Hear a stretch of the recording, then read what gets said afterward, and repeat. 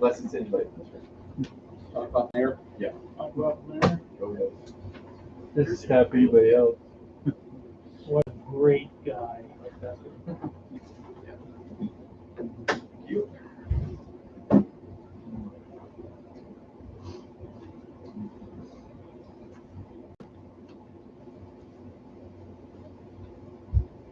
I did it.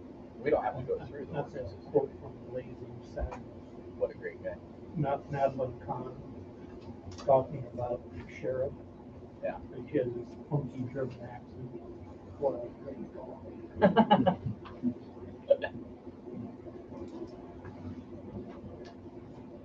Sure, we have to read all those, don't you? Yes, we do. And we have to. But we've already, We do. we're not redoing it. We have to read them through and then just approve them, right? Yes, because Read it. it's just the as it states. Yeah. And then, They're all public hearings. yes, But what I propose that we do is have a motion to open the public hearing on items 6A through 6J. So it's all open on one, we explain, like you said, read through them. If no one has any concerns, we can close the public meeting once. And then we can vote on first reading individually. Instead of having to open public meeting, close the public meeting, vote on it. Can we blanket vote to approve the whole thing? hi Megan.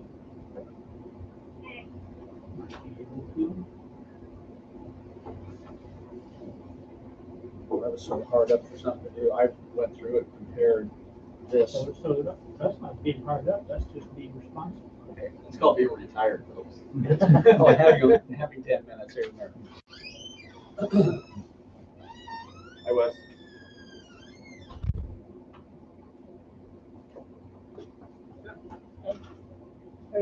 Are those for about 8 to 9 o'clock? Give us a little sugar boost. Yeah. Just keep everyone going. Half time. I feel like everyone's looking at me if I said that. Under the TV, but Somehow, I started left home at 12, but I only have 11 I hate when that happens. me all the time.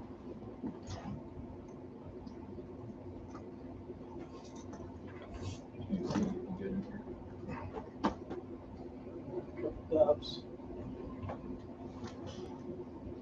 Yep. Is the deputy going to be here today, Deb? He's supposed to. Trying to get an update on.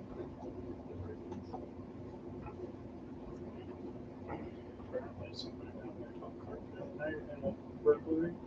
They just walked Walked into right in the bedroom? Yeah. Shoot. That scared the Jesus out of me. Wouldn't that wake you up? And died with. Where was it? Elkhart. Down by Elkhart. No, it's a Wallace community. Well, they live here. Well, we're the same boat. Wouldn't we be considered a lawless community? No. We are Be careful. much better off. Very diplomatic.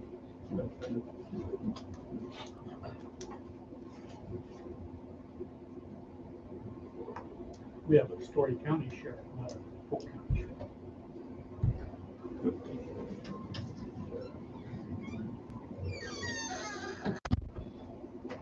Good evening.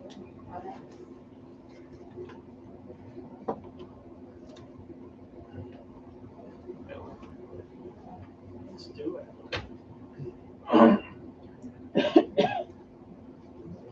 James, 2 minutes and 30 seconds yet. Okay. Where can we find the agenda? Oh, I right there. tried to find online. I didn't post it this time Why? because I forgot to. I'm a busy guy. You know, this isn't my full-time job. But it's always posted out here. It's always posted No, in the post office. Last night, I drove up here and it wasn't posted here or at the post office, and I couldn't find it online anywhere. It is laying up there right for you. Well, I know that now, but I got it from Deb. Perfect.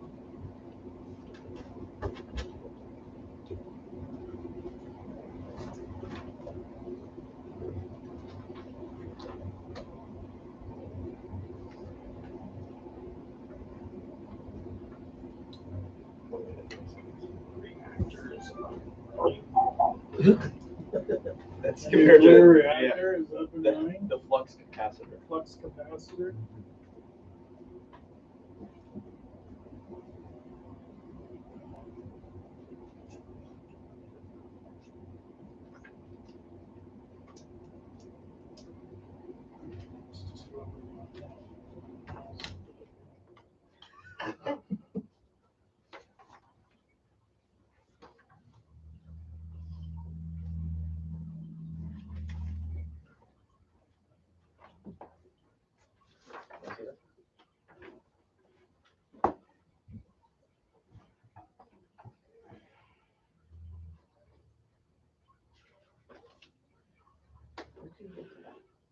On the city website? Or do you have it saved? I have it saved, Okay. but it's also available to anyone who wants it. So my Hi, how you copy doing? of the city code You, PDF. Good. Do you want the book? To be updated. You sure? You can take it home with you as a memento of your time as council member. I still got a few months. Sorry. You got about, You got 3 days to change your mind. If I ever get bored, you're just a couple blocks away, I can just come down. It's one day of the month.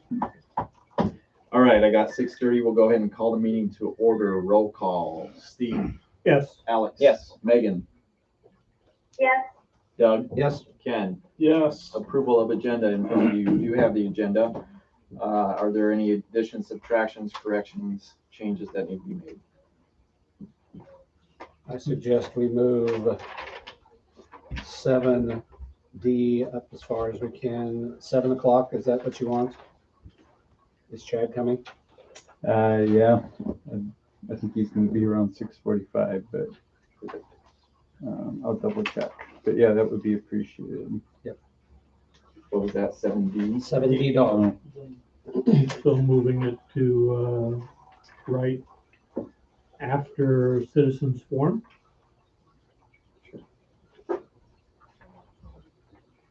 Or maybe even later? Well, that's what I wondered. We want to have Chad here as well. I'm texting him.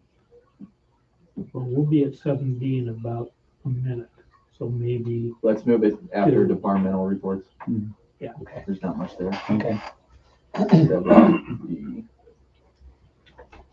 Is there any, Wes? Anything on here that,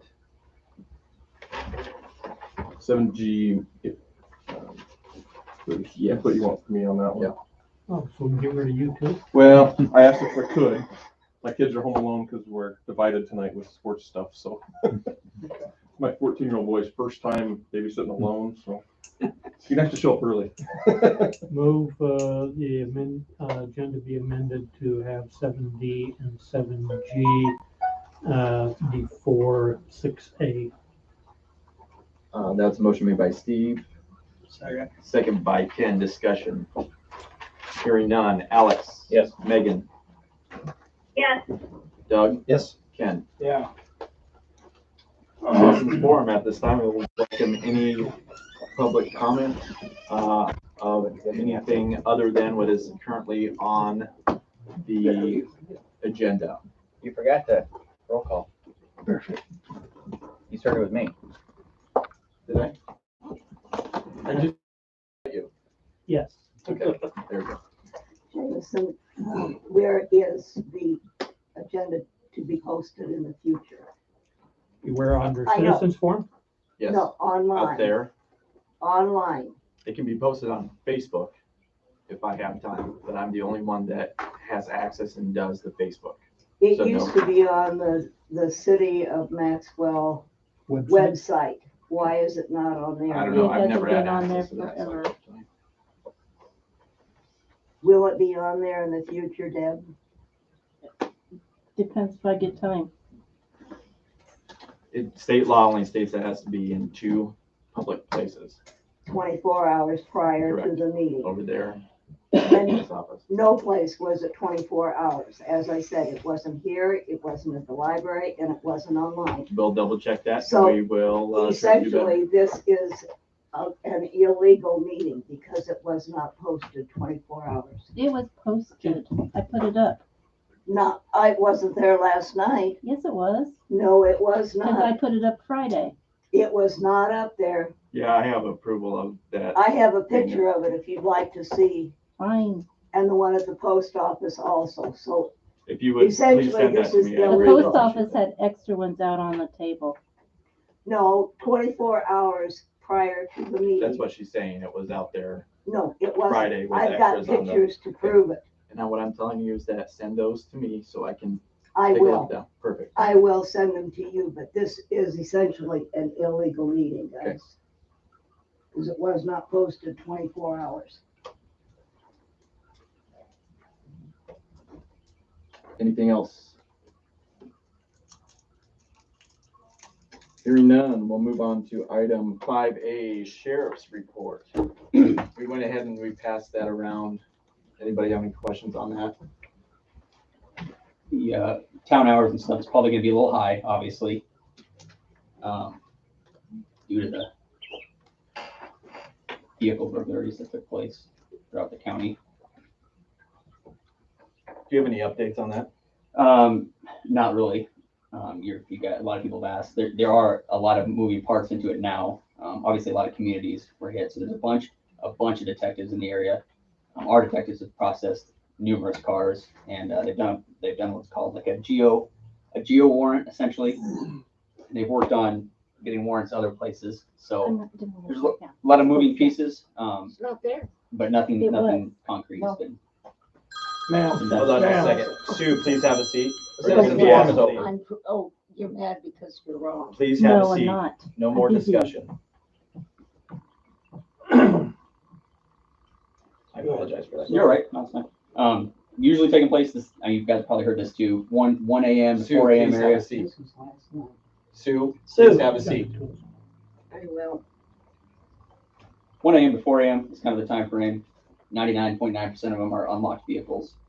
I didn't take a single report, and I didn't hear of any reports where somebody broke a window or anything to get into a car. And it's always money that's left out, or cell phones, or multiple guns. People are leaving in their cars unlocked. Yeah, sometimes they're taking the registration paperwork as well. Not a whole lot you can do with that, but so yeah, I don't have any. So did they figure, I don't know if you can say anything, but is it like one vehicle driving around? Is it multiple vehicles they think? Did anybody capture anything on? Nothing concrete vehicle wise that I know of. I mean, there's been reports of like a smaller passenger car, light colored. So I mean, that doesn't give you a whole lot. The other thing we've run into is there's been a ton of like Ring doorbells that have captured people doing it, but they're all, it's in the middle of the night. Yeah. B, it's wearing masks, hoods, sweatshirts, gloves. So you can tell somebody's walking and breaking into cars, but you can't tell who they are, which is frustrating. There's been some better footage we've captured, and they are working with that. Just so right place, and our overnight shift is I mean, they're trying everything they can with the amount of deputies we have on overnights. I mean, there's obviously 11 some towns or so. My property backs right up to the bike trail. Okay. Multiple times I hear at night vehicles up and down the trail, Yeah. and I just wonder if they're using the trail because it goes right to Collins. And you can drive a car or a truck right down that. Mm-hmm. Definitely don't be afraid if you hear or see something. I try to I work afternoons, but I try to drive the trail in my patrol car. Just you never know what you find out there. People dump stuff all the time in those trails. So definitely call in, let them know. Because especially if they're in Maxwell and you call in, they could shoot the trail down and they might run into somebody. So Been a lot of activity at Scout Park too, after we officially closed this one at 10 or, 10 o'clock. but there's been many things going on down there that you might want to loop that direction. what kind of just people hanging out after hours? Right. Okay. Is that 10 o'clock or is that dusk? That was dusk. I can definitely take a look too. We can let them know, keep an eye on it for sure.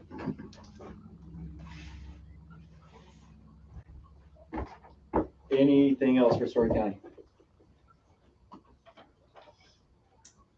Okay. All right, thanks for stopping Thanks, by. guys. Yeah. Yep. Have a good rest of the night. Have a good evening. All right, item 5B, fire department. There's 5 calls with 25 people, no injuries or accidents. It looks like they'll be bringing the old generator from the lagoons to the station and having it hooked up. Trucks will be in the homecoming parade Tuesday night. Still working on getting the AC unit for the front of the station hooked up. Nothing that the city needs to do on that. Is there anything that Tony needs to know on the fire department side? Hearing none, we'll move on to item 5C, EMS report.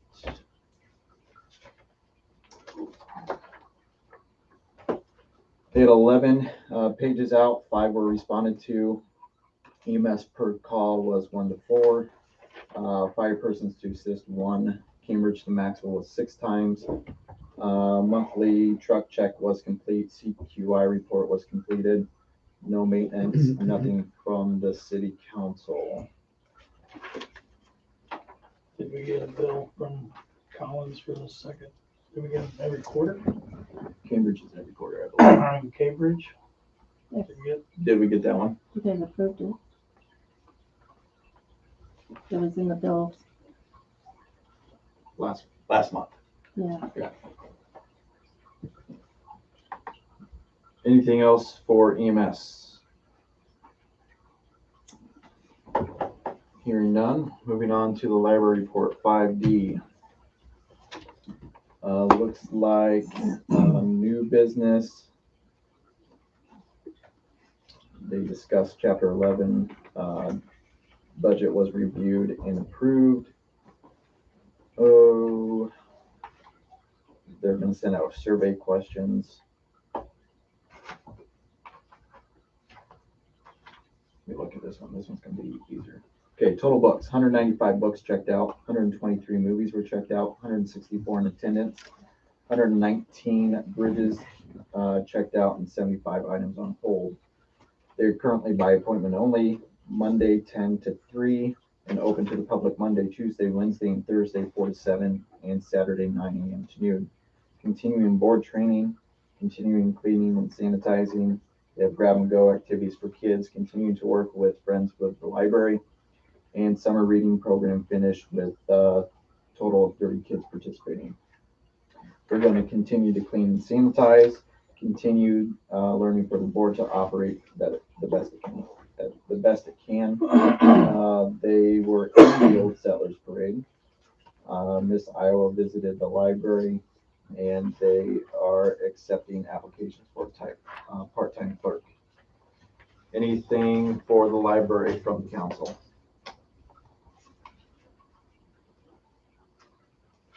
Okay, yeah. Public Works. Street crew should be here any day to repair the streets. They're going to paint the bike path stencils on the streets Wednesday night. For parks, both ball diamond fences have been repaired and the fence along the bike path has been replaced. Guard waste has been shut down to the public. And we can talk about that a little bit right now. So we shut that down. I don't know if most of you heard that.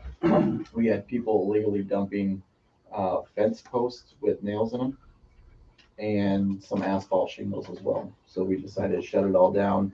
For our contracted tree guys, they just have to call Chris or Tony to let them in and drop off their wood. So would the same thing apply to citizens? I think that's an action item today. Okay. Yes, item K. Are we going to pursue finding out who did it? I don't know how you're going to. Well, someone reported 3 different residents that have replacement fencing, very similar to that is dumped down there. That we should ask Story County, would that be something they would pursue on our behalf? If we gave them those 3 addresses that have different fencing with missing chunks of something similar to down there. At least the people would have to tell us, no, it wasn't them. I will ask Story County. I put something on Facebook, just a general. It's closed, this is why, if you have any information, contact City Hall. Good suggestion. Kind of a bad time in the fall when everybody's cleaning up to have it closed. Let's see, roof on church stand has been replaced. As far as water, we pumped approximately 1.6 million gallons, sold 1.5 gallons. Replaced 2 curb stops, one would not turn and one was leaking. With 3G network going away, we need to replace the radios on our water meters to bring them on the LTE network. The cost will be around $25,000. Yeah. Sewer pumped 2 million gallons.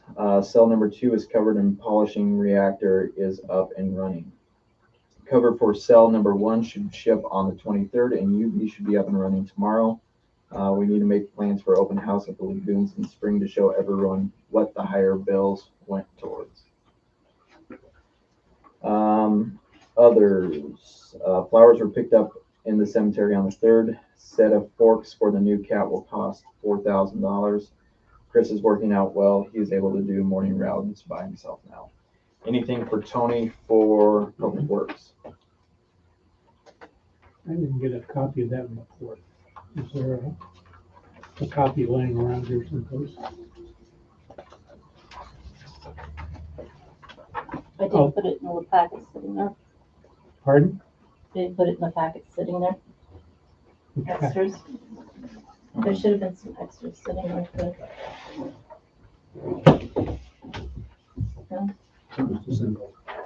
Thank you. All right.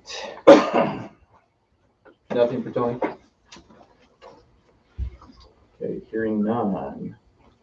Wes, you're up. All right.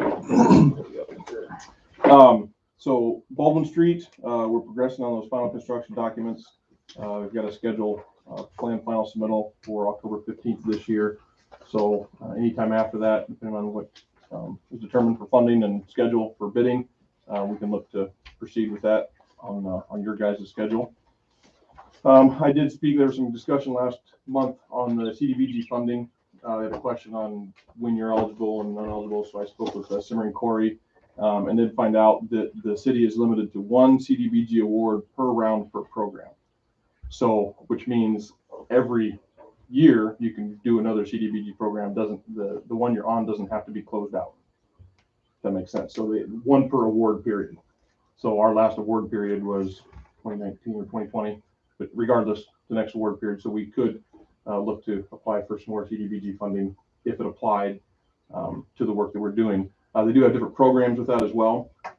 There's water and sewer. There's a bunch that I've never gotten into, housing development, that kind of thing. But there is one, it's a community facility and services that has a stormwater component. The stormwater is geared more towards green infrastructure. Doesn't do a lot for flooding. I don't think our 5th Street storm sewer would apply because we're not doing rain gardens and permeable pavers and things like that, which we could, but they don't really deal with the large storm events, which is what our concern is at that intersection. The water and sewer, however, it's possible that we might could apply for the water and sewer CDBG grant to look at doing some of the water main services on that street. I don't know how that would shake out because there is a match requirement in the scoring, and whether some of the street work that we're doing, because you'd have to do it if you tore up the water main, would apply towards some of that match. It may work. So, but the answer to the question is we can have more than 1 CDBG as long as it's awarded in a different period. Okay. So. Well, that's good because we just found out that Story County, we're not going to be able to get that grant. So they have a huge pending lawsuit against us. Uh-oh. So they've frozen everything. Yeah. Darn it. Okay. Well, yeah. So we can we can look to pursue that further and see if some of that will apply. And if you'd like me to do that, contact Sam and Corey and say, let's get into the details of this. What do you think? Do we have an option here to do this? We can do that. So I'll plan on doing that. You heard Tony's update on the wastewater treatment plant improvements. Go along well. Just this last thing is getting those covers in and done, but we don't see any issues with meeting our compliance limits on those. The Rock Creek Bridge Stage Plat 2, we're talking about this a little bit later, but we did get some concepting on that and provided some comments back to you. We can talk about that later as well. Nothing new on the Rolling Hills. That may be a dead in the water thing. I don't know till they contact us. I don't foresee anything moving on that. And the bus barn, we talked about that a little bit, Jameson, you and I, on the potential location for the water tower site, and there are a couple concerns there. The bus traffic on the road, the fuel storage is not insurmountable. I talked with our fuel storage guy, who's done a lot of that, and then some other engineers, and there's some things you'll have to meet as far as separation from the structure, but there's nothing that's not insurmountable with the right kind of equipment. And I don't know if we have that on the agenda to talk about later or not, but the road impact from the buses is a real concern because of the chip seal type road it is. It doesn't provide a lot of pace for that kind of heavy traffic, and you will, especially this time of year, dry season, winter season, you won't see any issue for the most part. But wet season, spring season, after rain, it'll find every soft spot on the road for accessing down Rock Creek. We'll probably loop you in under item 7D. So right before the other one, we'll loop you in as well. And then last item that I didn't have on there because I forgot about it, but I had a conversation with our trails guy, Rich Volker, in our office.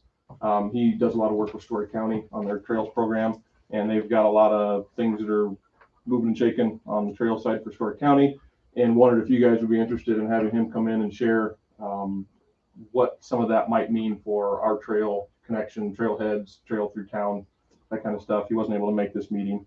But he said if you would be willing to have him in next month, he'd be glad to come in and kind of share what Stark County is looking at, whether there's cost sharing for some improvements or what's in the works. He said a lot of things are moving. There's some opportunities out there. So I felt like it sounded like a good idea, but I wanted to get your guys' take on it, and I think he would be interested. So I'll go ahead and set that up with him to be on the agenda for next month. So that's all I've got on the basic stuff, and talk about some of the others under the other agenda items. Anything else for Wes under the engineer's report? I did see that I missed the city clerk report, so we'll go back to that. So item 5F, city clerk, D sent out 5 grass letters. For FEMA, we're getting ready to submit the debris section, cemetery stuff. We sold 8 cemetery plots. Working with Summit to get our cemetery module up in place. Tony removed spring and summer flowers with no complaints. We are having a lot of trouble with the garbage company not picking up garbage, not coming back to get garbage when they say they will, inconsistent with the rules of pickup. Working annual financial report, street report, and urban renewal report. Working with Justin Yorsevich on CDBG and SRF audits. And we have 4 new move-ins and 2 move-outs this month for water service.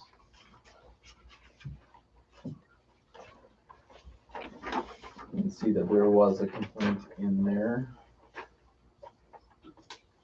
2 complaints.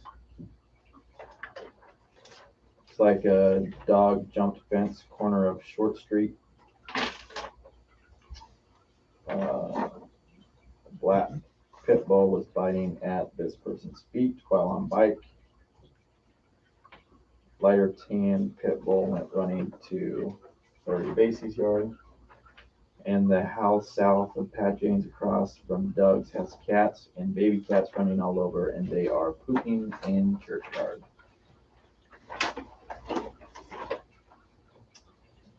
You also have the treasurer's report. Any questions on that? You can see item 1303, the negative 42,808,92. That is FEMA. Once that gets submitted, we should get reimbursed for the majority, if not all of that. On the two complaints that we sent out letters to the property owners indicating a violation.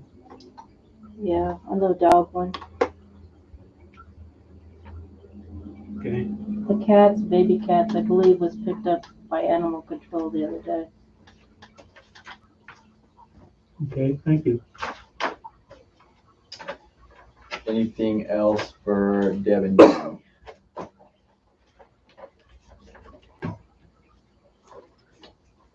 Hearing none, we will move on to item 5H, kind of a new area for us. Parks and Open Spaces Board.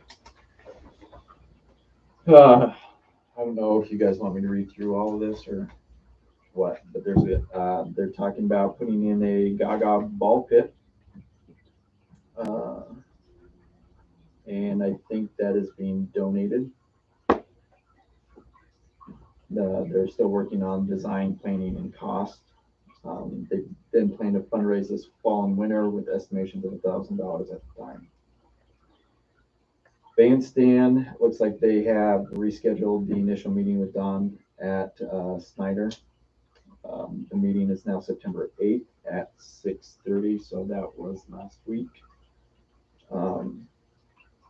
They are trying to see what the cost and the scope of work will look like to either revamp or put in a new bandstand down there.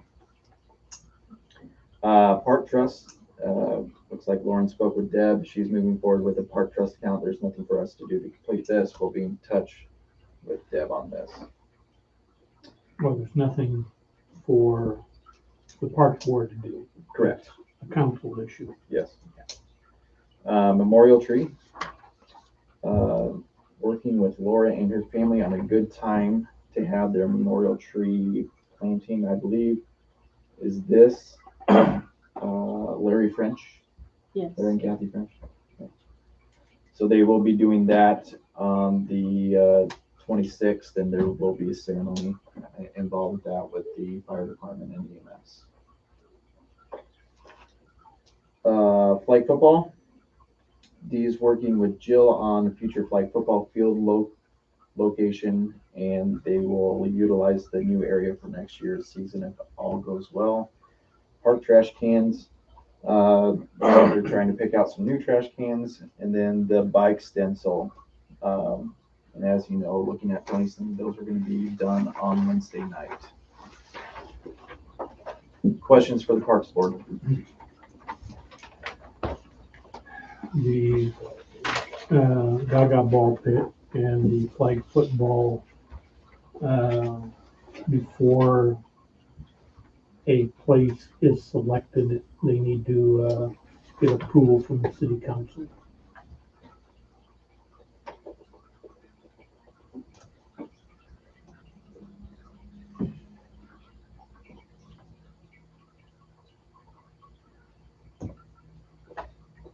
Anything else for Parks? Hearing none, we'll move to item 7D. Discussion and action of Collins Maxwell Stadium.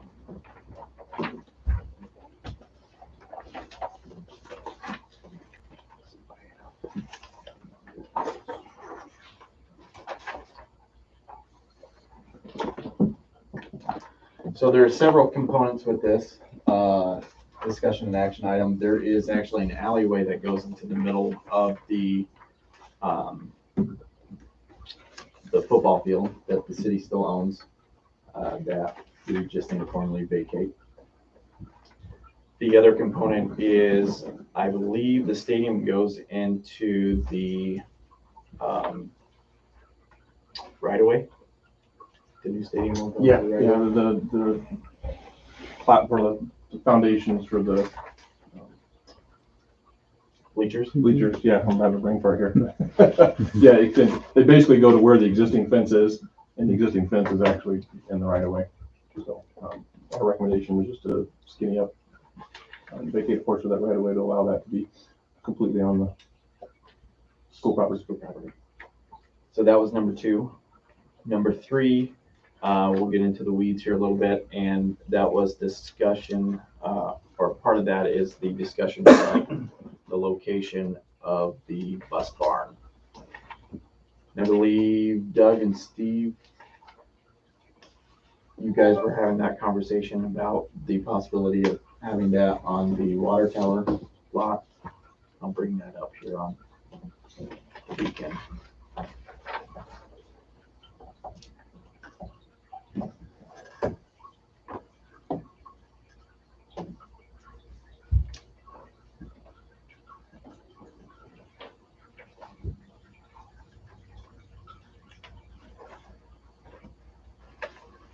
God, I love Max Walker. This is fantastic.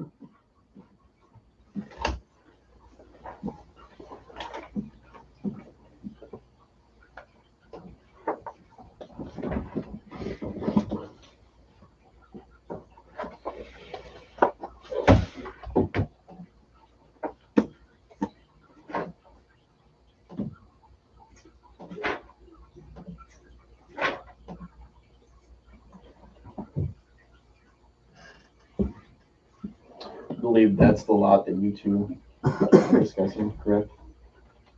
Or a portion of it, yes. No more than what would be needed. And I believe, Chad and Corey, correct me if I'm wrong, you're looking at a 50 by 100 building. At the most. Yeah. Do you have what the architects gave us, Jameson? I do want to see if I can pull that up. And then,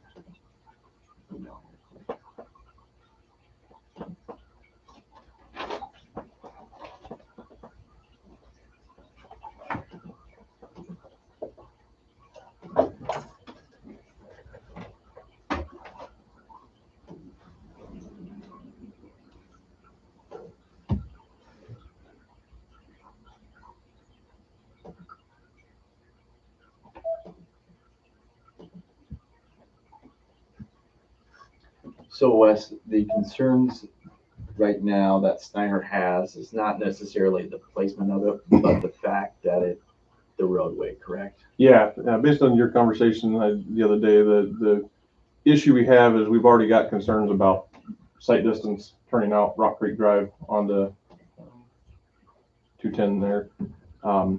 So the thought was if the buses had to not use that intersection and take Rock Creek Drive all the way back to 660 and then come down to 210 to get out of there, then that would add a lot of traffic onto that Rock Creek Drive that's a chip seal road.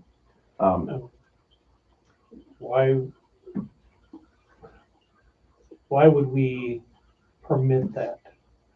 I mean, restrict traffic just to Fifth Street for the buses. In the wintertime, they often would come that way. Not for years. They haven't done that for several years.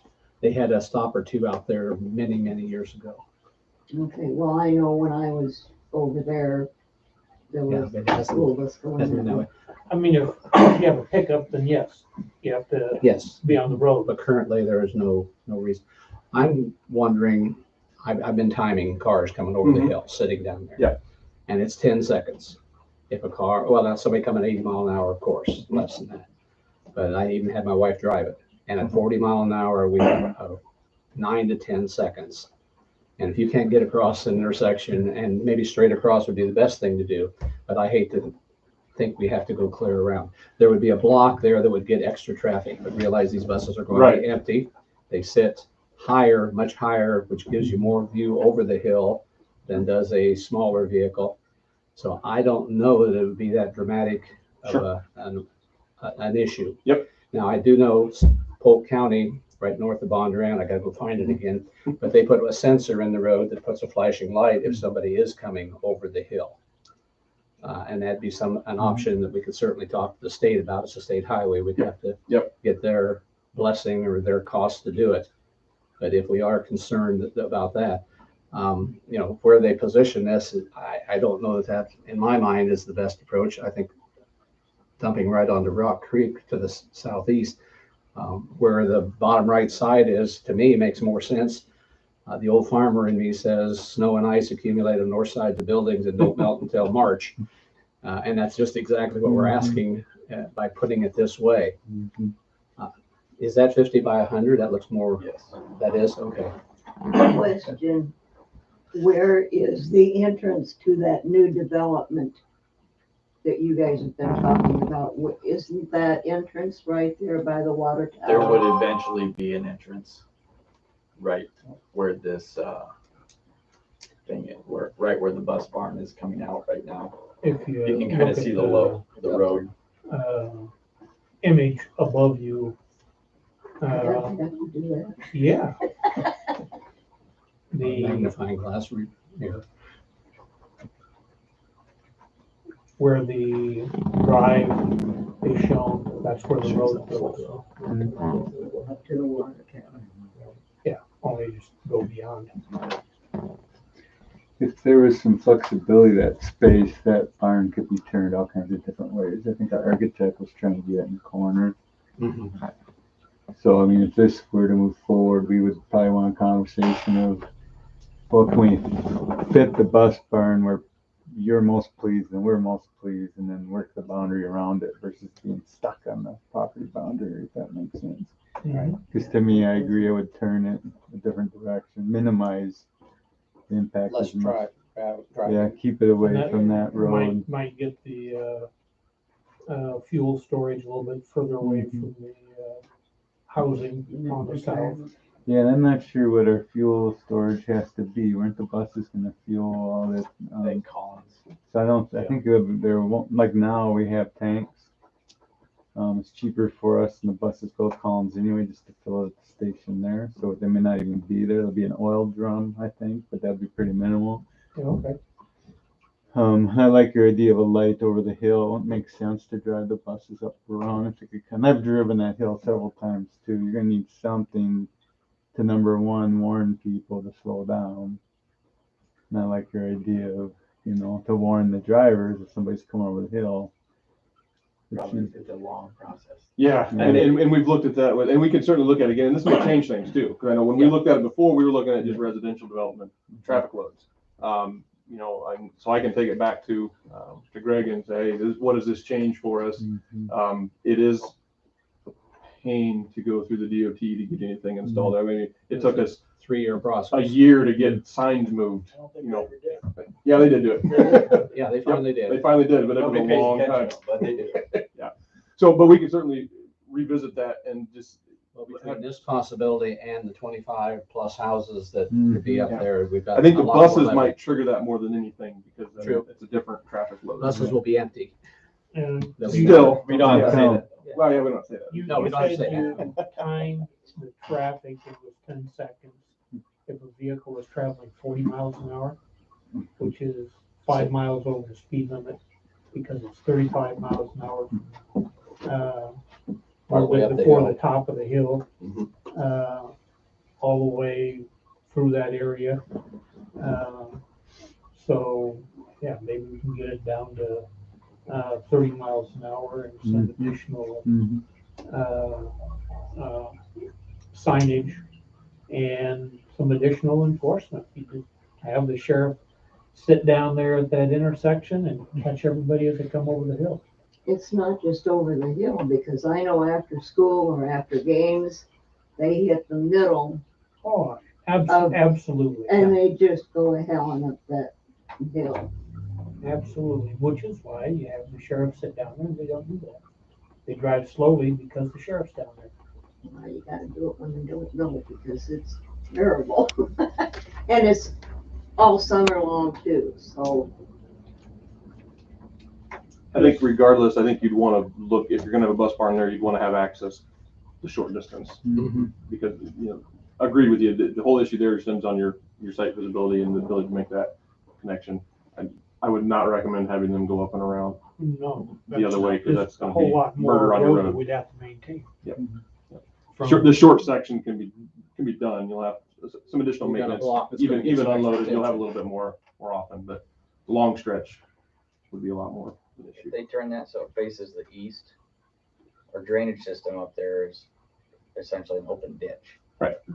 So for water, would they just be able to put a culvert? Because that's, I mean, that looks like that's the whole driveway. Yeah. So they got a 100-foot driveway across there. Is that gonna? Yeah, you just have a 120-foot long culvert. Yeah, you have to culvert. Now, if there's a way that they can turn it and slide it back and neck it down to a smaller entrance, if I don't know if that's possible or not, but then that'd be a smaller culvert. But yeah, the culvert length doesn't matter. You can make it work either way. Are there any regulations on putting it next to a senior housing with the buses? I think so. Any fuel storage would have to have setbacks, but that sounds like the fuel storage wouldn't be an issue. So they just have to Well, fit I'm in just with the rest thinking of the the setback. noise factor. That'd have to be a code thing. Which I don't know what we have. I mean, the buses are gonna go out probably at what, 7? Oh, 6:30 to 7. And they come back at 4:30. Well, they leave then at, a little before 3 to Yeah. do the afternoon route, and then back between 4 and 4:15. Later would be it's a permitted use in the residential district, so. Okay, that's what I was wondering. Just a concern. What item are we on? We're 7D, The stadium. yes. And this is part of the stadium because the bus barn is currently on the stadium and needs a place to go. I see. Displaced. It's tricky. Right?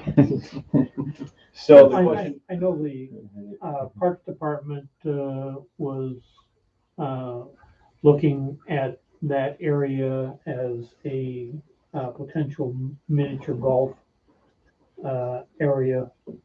But even if that corner was used for the school, I think there's still plenty of ground around the water tower if they wanted to do miniature golf. and I'll also bring up, in our next item, there might be even more space than we think when the development gets done.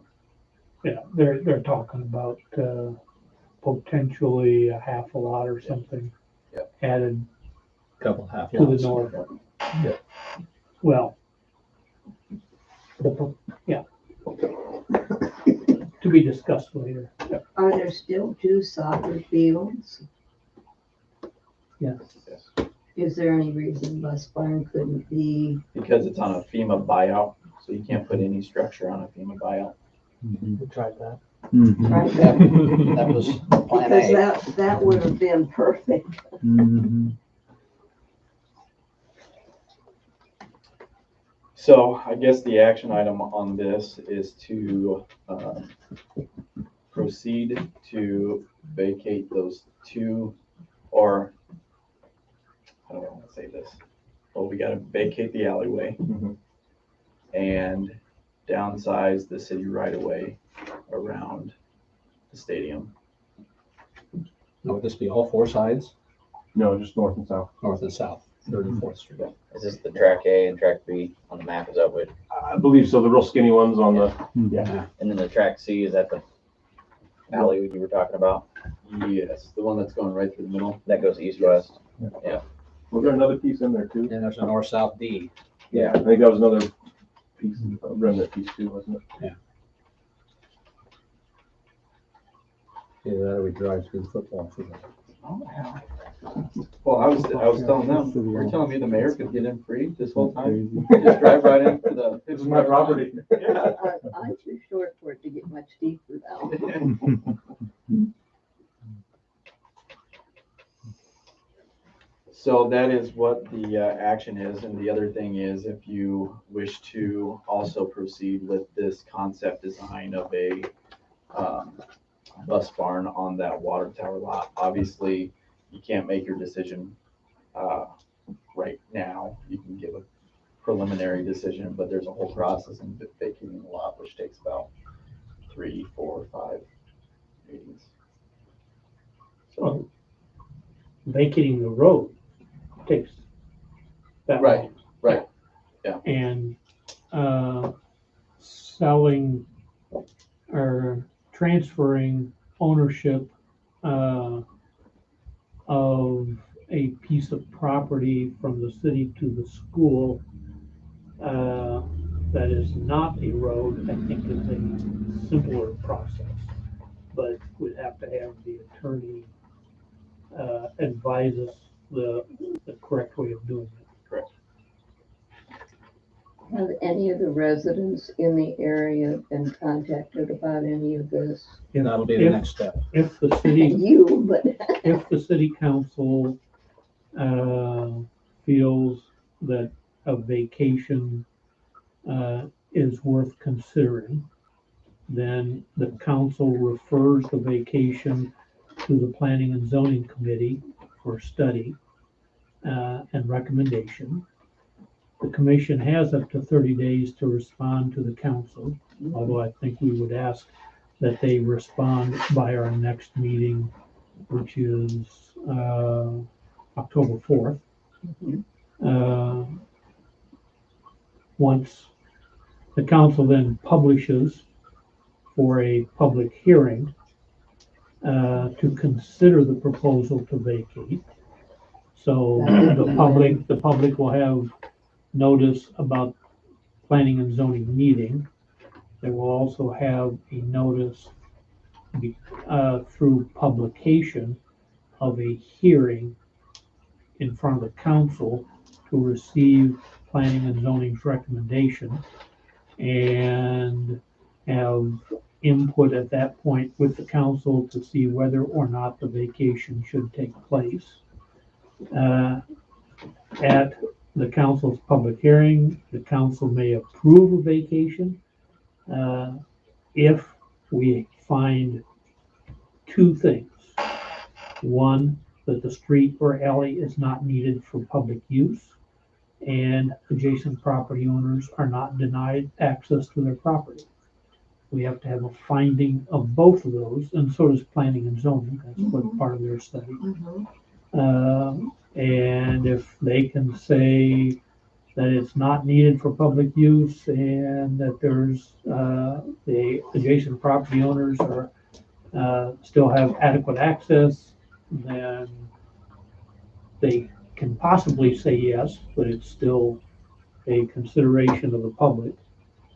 The council holds a public hearing, on it, and then has to, pass by ordinance a vacation ordinance. So, after the public hearing of whether or not we should, it would then go to another public hearing where, we actually, adopt an ordinance to vacate, and ordinances take 3 readings, but they could be, published so that it's all done in 1 reading. Published in, The newspaper. okay, is there any way on the sign out front that like council meeting, 6:30 Monday night, or anything like that, On or the reading, on the, okay, marquee thing? marquee thing? Yeah. I think we do that, don't we, Deb? Public No. hearing, no. Oh, well, I yeah, think- I it'd be a think good it- idea to do that. I think anything that has to do with the citizens, Yeah. that they should be aware of meetings if they're interested in attending, should go up on that board. So your question was, Mhm. will the adjacent property, will the property owners in the neighborhood,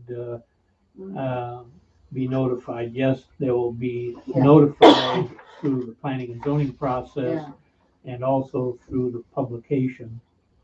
And it sounds like all of this will take forever because there's lots of public hearings, and I probably won't be here and see what. when the, once the ordinance is passed, then the council can approve a resolution to transfer. Okay, Well, all of this can be done by October 4th. If the council today decides to, send it to planning and zoning. And if we can hold concurrently public hearings on planning and zoning's report, followed by the first reading of the ordinance. And if we waive the second and third reading, then it all could be done by October 4th. Okay, thanks, Steve. That's the That was process. just one of my concerns. Yep. As a resident taxpayer. So I guess it's a question of the council, what do we want? I move we refer it to planning and zoning for their consideration. And All of it? Part of it. a short process or Short a pro- longer process? With the short process, Okay, quickly as possible. Deb, Yes, that means that, we would have a notice, to the paper on the 17th, to be published on the 23rd, for a hearing on the 4th, and a separate notice on the 24th that would be in the paper the following week. We couldn't get a notice into the paper by the 17th. Nope. Because it had to be done. That by it would 3 be sent to the paper on the 17th. It wouldn't be printed until. No, I it hear would what be you're saying. sent on the 17th and published on the 23rd. Okay.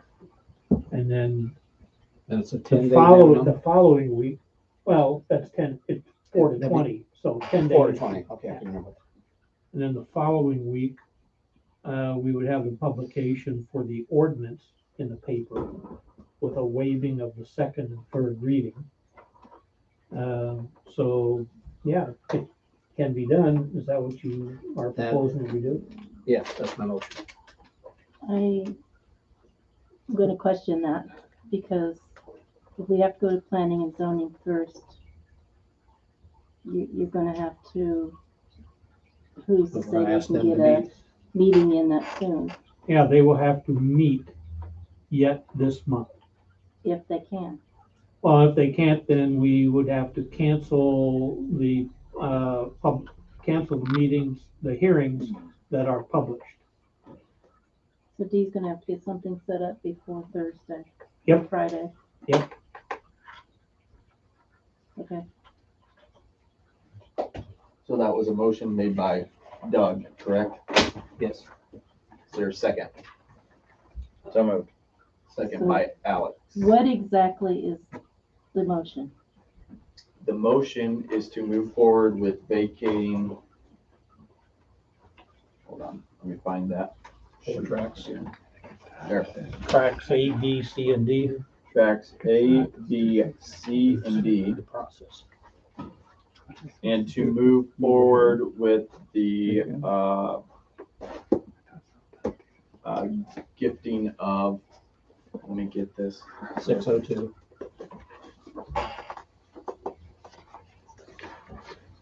602 Rock Creek Drive.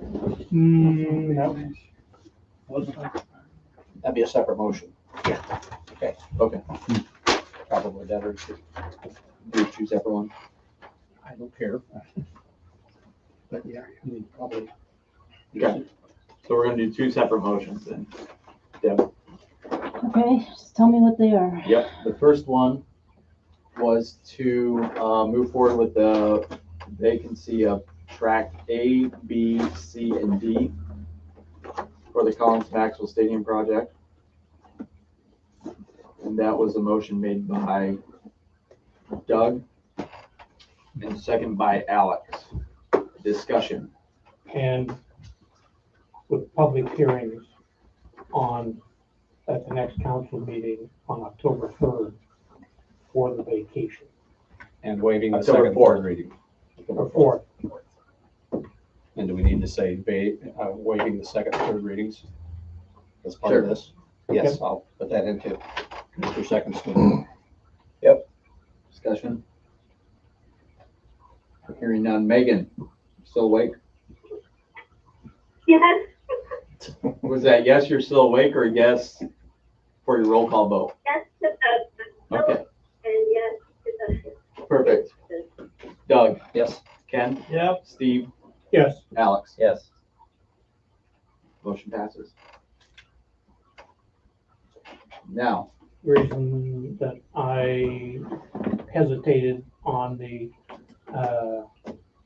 transfer of the lot is because the school was going to look at the possibility of turning the building and accessing on Rock Creek Drive, in which case, they may need, a little bit more depth into the next lot, and they may not need, as much in the corner.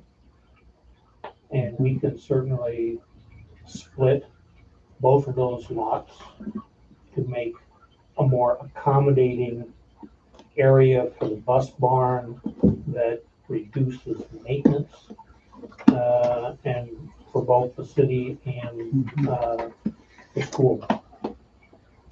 So have your architects look at it to see what fits best, and come back with a proposal, that, helps place the building so that it is the minimal impact for the neighborhood and, maximizes, your use of the land. Okay. Is Rock Creek Drive considered residential drive or commercial? And does that change anything? It's a local road. So that we don't have residential and commercial roads. We have local roads, we have collectors, we have arterials. Well, I was It's just wondering it's if just that a would, local road. okay, And so it it's all can be used zoned, for it's all commercial zoned use. residentially. The senior citizens is, an R3 zoned area, multifamily housing. And, the rest of Rock Creek Drive is all zoned R1, single-family residence. But the new development is zoned R2, 1 and 2 family development. Is So that the one to the north? North Yeah. of the water. the one that doesn't exist yet. Yeah, okay. No, I was just wondering if that would be a complication. No. Okay. But, well, as discussed earlier, we may have to put in a little bit heavier road, from their driveway down to the corner. That'd be a good idea anyway. Yeah, because that, Yeah, that gets a lot of traffic. okay. So we need to act on that motion or not? well, No, because we No, gotta there's get no it. motion, it's just a suggestion the Okay. school, Yeah. do a little bit more, homework, so to speak. So it sounds like it's communities council supported. Yes. So we'll see you next month. Do you need a vote on that or not? No. Okay. Cause I'm gonna go spend some money now, so I wanna make sure it doesn't get moved, so, okay. Make Spend a whole sure lot. that, Yep. the building when placed meets all the zoning requirements. Yep. And you said we could shift it if we need to use a sliver of Yeah. some of that, we can adjust. Well, I like your And, idea, and maybe cut off, some of the corner Yeah. of, Yeah, bottom left corner. I like your idea of a smaller impact off the main road too, that parking lot doesn't have to go on the road, it could go down to a narrow road. Gooseneck to one lane coming. And we don't know right now if it'll be that big, it's all budget, right? It might be a separate maintenance area because of codes and maybe a floor stall, but we'll minimize as much as we can, so. All right, wonderful. Cool. Any other Thank you, questions guys. for us? Okay, thank you very much. Can we go? You're relieved. Commissioner leave. All right, moving on to item 7G, discussion action on the ATI group. Development, let me get that pulled up here. Unless well, you guys sent these. I was sent one thing, and I got just some comments around noon today, but I don't know if you had time to look at those yet or not, but Little load. and I don't know if that's the latest that I'd seen, because it'd been a few days since I I've got don't it. think we have anything in the packet, do we? No, 'cause No, I 'cause wasn't it was given just given. anything. Okay,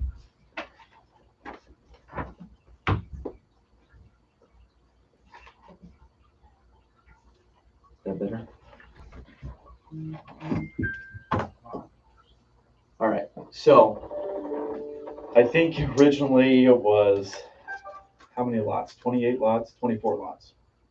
I think it was 24 lots because there was a weird roundabout or something. 27 was the number at one point also, I think. But This now shows 27 lots. Pretty sure it does show 27 if you include the 2 outlots on the south end. Okay. So, the 25 houses. 25. this is their new design. And the updated thing that they are asking is, like we discussed earlier, since they can't take the road and go onto North Street, to connect sewer to North Street. And so I believe I had them reach out to Snyder to see what the flow would look like coming from Rock Creek, or whatever this road is going to be called. We'll say ATI Road 1. And how that would flow if the pipes were sufficient enough to support that. So. Yeah, so we took a look at it real briefly, and connecting into North Street is a long circuitous route to get to the pump station. So the North Street sewer goes all the way over to Main, goes down Main to Broad, comes across Broad to Metcalf, up Metcalf to First, and then cross First down to the pump station. So it's a big circle. Is that a So- problem? It's not necessarily, but it's going to be a pretty significant evaluation of capacity, because we know the sizes of those pipes, but we do not know slopes and grades. We had some real rough stuff when we did the lining, but it's nothing that you would do an analysis off of. So to do a capacity analysis on that, you're going to have to go and get elevations and slopes on all those pipes to go all the way around town. You're also going to have to look at all the drainage area, the tributary service to that pipe, and account for that as you go, right? So you're going to have to look at, okay, we've got this area here, and I would also recommend looking at making sure that if we ever wanted to do a pump station to the north, that flow is considered as well as the any extension on Baldwin going north. Should the Travis property up there, Travis or Davis? Travis. Yeah, I second guess myself every time.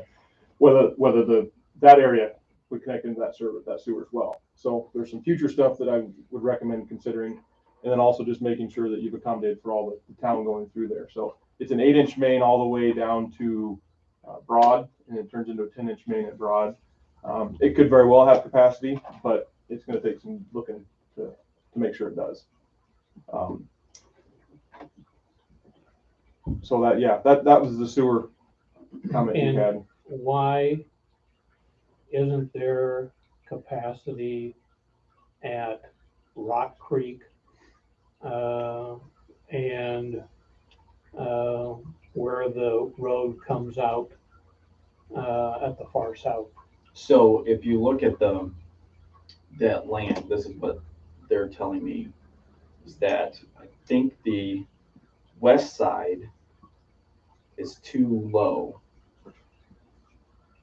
And so each of those houses would have to have a pump station in them.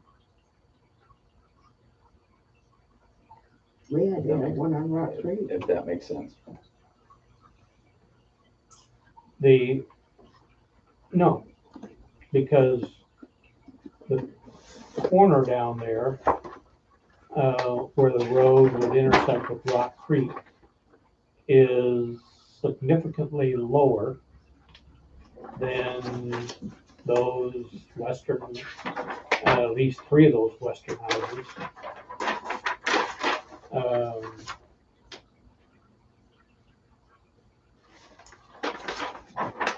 So it goes uphill pretty well. also have concerns about those, two lots on the south. They certainly could be developed lots, on each side of the street. So the street extended further,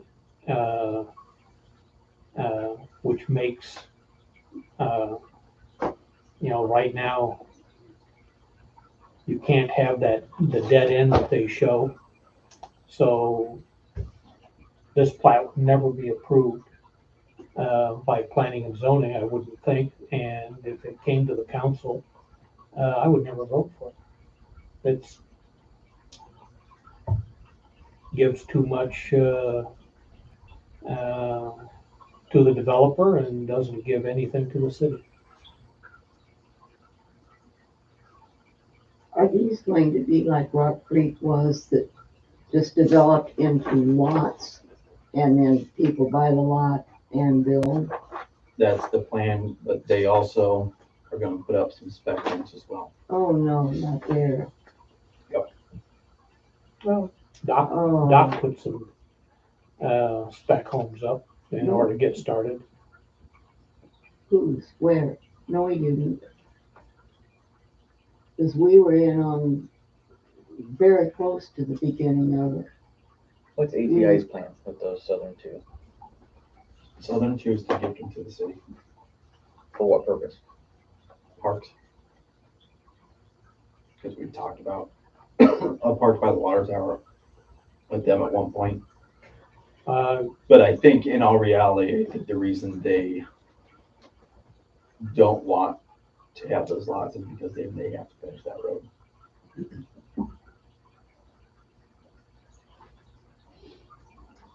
Isn't there enough development around there to draw people in, that they wouldn't need spec homes in there? Because I think Well, personally, when Jameson was talking about spec home, what he and the developer have, or what the developer has said, is that they may put two houses out there that have not, in order to demonstrate and, Like a show that home. there is a market. It'd be a show home. And they would be $300,000 homes, and available for sale. Getting the first two out there. And ATI does development down in Ankeny, and, well, I don't care where the else they are. I'm the not concerned houses about that they maximum. put in are good quality houses. They're not gonna fall apart in 10 years. Nope, they work with Oakstone, Sage, Greenland, and it might be Happy. They also work with them, and they will also work with local builders as well. Yeah, local builders, that's. So instead of spec homes, Jobs here. they're really show homes. Houses. Just the type of building that would be there. So what's the action that we're looking to do with that? It wasn't, there's not really an action. It's just you guys looking at this and what changes need to be made so I can relay it back to Casey and BJ so they can make those changes and come back. The concern that they requested, connecting the sewer into 10th Street or North Street. And, our response to them was we would have to have, Snyder and Associates look at it, because we don't want to have such a volume of effluent going down the pipes that we end up with Issues down. an issue downstream like we 10 blocks down. have with Pointers, where just a little bit of extra water in the pipe causes their basement to flood. We say that is because their pipe has a dip in it. And they say it's our pipe, and I don't think we've ever we just point at each other and say it's not our problem. But we don't want to be in a situation where we get 2 or 3 more of those because of the flow Yeah. from this development. Yeah. So should we be looking at the elevations and everything and do that study if we are in any way considering putting more effluent into those pipes? Absolutely. There's no way we could approve a connection without making sure that we are not flooding somebody's basement. Yeah, we definitely need the data to confirm that. Is this on our dime or their dime? Well, that's what I was just gonna say, not to take, money away from us, but unless you particularly want to fund it, I would put that on the contract, or the developer. Yeah, they need to That, prove it to that's, us. that's their, so the preliminary plat for this area shows a connection to Rock Creek and going south. That's already been reviewed, approved. I was just looking at the construction plans. I'm not sure what concerns they're seeing as far as the depths, but based on the construction drawings that were put together with plat 1, they actually had sewer shown up through. It's a very similar layout to this, and they show minimum 12-foot depth at all points on all those lots along there. So unless they're looking to change grades or something, which could affect it, it looks like it should be servable to a typical housing development. So that's to North Street or to Rock Creek? To Rock Creek. Okay. To Rock, so that's already been approved as Okay. with the original pre-plat. That's how the planning has been put together. So to go for an alternative outlet, I would put the Onus on the onus of burden of proof on them to show that it works. Can you shoot that to me in an email? Mhm. Just that the original plat Yep. has it coming from Rock Creek Drive and that it says it's serviceable. So Yeah. if you want to shoot that to me in an email, Yeah. I'll send I on thought to that you. river right always green space. goes down. We were talking about Skydock, wasn't it? If you build so much. Doesn't that come down to the right? Park space. The sewer, you mean? No, the road. No. Road south. What was your They question? come down south to right It past. came down a Blacktop curve, Road. and now they don't want it to do it themselves. It's a lot of pavement that doesn't have a lot of return because there's no houses along it to get your money back. And I can certainly understand that, and I have said from the beginning that the city should pay for that part of that street that is curved up to their development, because we allowed that development to go in like this. And so that strip is really a city responsibility from my perspective.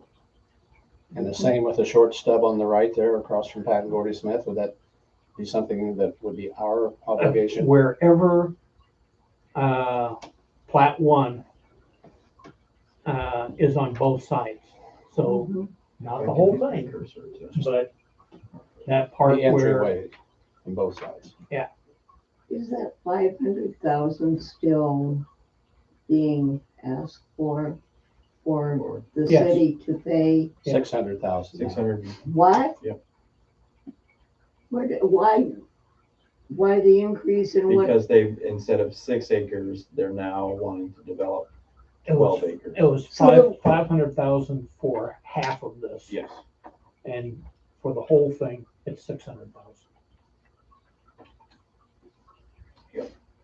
Oh, I've never heard of that. And Don was in construction his whole life and I was involved in it and I have never.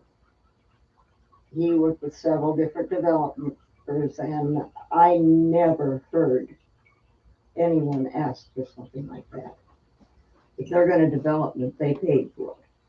They typically want to work with county. Unfortunately, our county does not want to, at this time, carry that burden because of a pending lawsuit against them. So we But were then they're gonna looking, have to wait. we were looking at, how much were we looking to get from them? 400, well, half of it, 300,000. Was it? Yeah, 300,000 we were looking to No, get it from, was 700,000 wasn't it? 700,000. To get from Yeah, the, 7. to get from the county and then found out last week that we will not be receiving those funds. So we have other ways to go around it to get it done. You're not gonna borrow from Peter to pay Paul, are you? Well, the council would have to decide that once we figure out a plan. Yeah. And we haven't gotten there yet. I can tell you from my opinion, I agree with Steve. Those Yeah. two lots, they should be paving the road down to the bottom of it and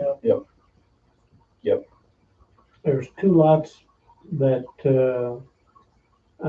could be added on the, possibly two lots, on the far west. And at least one lot, if not two lots on the east, that orange crosshatched area. We pointed out to, Oaks 4 years ago that he was being encroached upon, and that if he didn't do something, then he may lose his property rights in that corner through adverse possession. And if he did do something or if he didn't do something, I have no idea, because that's a private matter. I do know that the property owner moved some of the shrubs. He took all of his shrubs out of that triangle and put them back. The fence is still there protruding where it's not his property. I know the property owner had tried repeatedly over the 4 years to purchase that or to get some kind of an offer from them or demand or whatever they would do, to no avail. He never received any communication back. And at this point, having moved his shrubs, I'm fully expecting him to say, I'll pull my fence back and my lot will be my lot. You can get two lots over there. So there could be two on the left and two on the right. Yep, 4 more lots, which helps pay for the paving, except for the curve. And we allowed the development to go in, completely developed with that little stretch of road. And I cannot see making the developer pay for that when it's really city responsibility. And we have $100,000 that can go towards that. Right, we've talked over the years that 100,000 could do those things The $100,000 from the TIF district. that's left over, right? Yep. Right. And quite frankly, I would put it in at the same cross section as the rest of Rock Creek Drive, which would be kind of open ditch, Rural section. with chip seal and a good base. And the rest of the development may have curb and gutter and look different, but this, that's what I would do for that whole stretch of road. I agree completely. Is there any way for that $600,000 or whatever the city is going to be paying for, that over the years, the developer would pay back to the city? It's the developer is going to put the roadway in upfront. And then we're paying, once it's all said and done, we'll pay that to the developer. Well, The yeah, we're theory paying, behind we're paying it. about half the cost Yeah. of road, sewer, and water. The developer's paying a little bit over half of the cost. And if the developer does not develop at least 8 houses, 10 houses? Probably be double. 10 houses in the first 8 years, then they would owe the city $20,000 per house. So, yes, they may pay, but really the whole purpose is to put the development out there, get it developed so that the tax money is there, and the TIF district then repays the cost of the improvements, just like any place else. Okay. Has anybody checked into availability of developers for jobs in this area to draw people in? What do you mean? Story People County drive- had a need for something like 300 houses in the next 5 or 6 years. 100 But we, houses are needed in the town of Maxwell over the next 10 years or something like that. okay, but I'm thinking jobs would also draw people into this Well, the area. jobs are already there. That's why they're needing the people. Yeah. Burke Yeah. has expanded in Nevada, the alcohol plant west, whatever it's named now. Yeah. Burbio. Nevada, Ames, And Ankeny, Amazon's going crazy down in Bondurant area. yeah, but it's still a distance to drive. Is there any way to draw any businesses Where you gonna put 'em? closer to this area? That's- There's a lot of we- land around. Okay, tell me where we can put some commercial buildings here in Maxwell. Well, no, not in Maxwell, closer to Maxwell. You know, there is land available that would maybe draw the right This is a person good for, discussion, but it's off agenda. Yeah. okay, And are you still on planning and zoning? I had to quit when I had my hip Oh, replaced. okay. I think it's a worthwhile discussion for a joint meeting of planning and zoning and the council and the public. We can ask the chamber representative to come in and just have a little workshop to see if what the possibilities are. Perfect. So my plan is then to, I'll send this map with my email to ATI tomorrow. Okay. So they can see your comments, and then you just shoot me that email. Yep. And I'll send it with all this, so. Yeah, that'll work. At some point, you know, we originally had a timetable, so many in this many years, so many more in the next many years. I hate the attitude of being the bank for them and then they don't get anything done. I know we wanted 2 houses by Old Settlers next year. I still think we need some ownership on their part and a timetable to keep them, to get them started. Yeah. Because Lord knows we've had enough problems with delays on numerous things. But I would like to see something put back in that still has a commitment on their part. And rather than them paying us back 20,000 when they don't get one done, we pay them 20,000 when they do get one done. So I think those kind of We will, adjustments or discussion needs to be had. we will start that discussion once they finalize Okay. the plats, because Amy was like, there's no reason for the city to start incurring costs right now. Exactly. Wait till they have all their approved and good, and then we can get to go. Yeah, I don't know whether I agree with you on that. I had a brother-in-law who was in the development business, and everything looked great. Had a small subdivision, and the economic crash, Jimmy Carter's economic crash came along, and wasn't able to move any houses for like 5 years. Well, the subdivision's all built out now, but there's a lot of things that can happen beyond the control of developers that prevent the developer from meeting their goals. Their goal is to have this thing built out as fast as Elkhart was, which is more than 10 houses in 8 years, but nobody knows whether it'll work or not. And so I'm one who would be willing to give them a little bit more leeway, and they are committing to selling the lots at $50,000 a piece Or less. for the length of time that we are under contract with them. So, to me, that's a reasonable alternative, but let's, Well, I think Doug has a good idea, and everything would be given consideration if we had a crash. Again, it would be given a consideration at that time and not be held to those specific.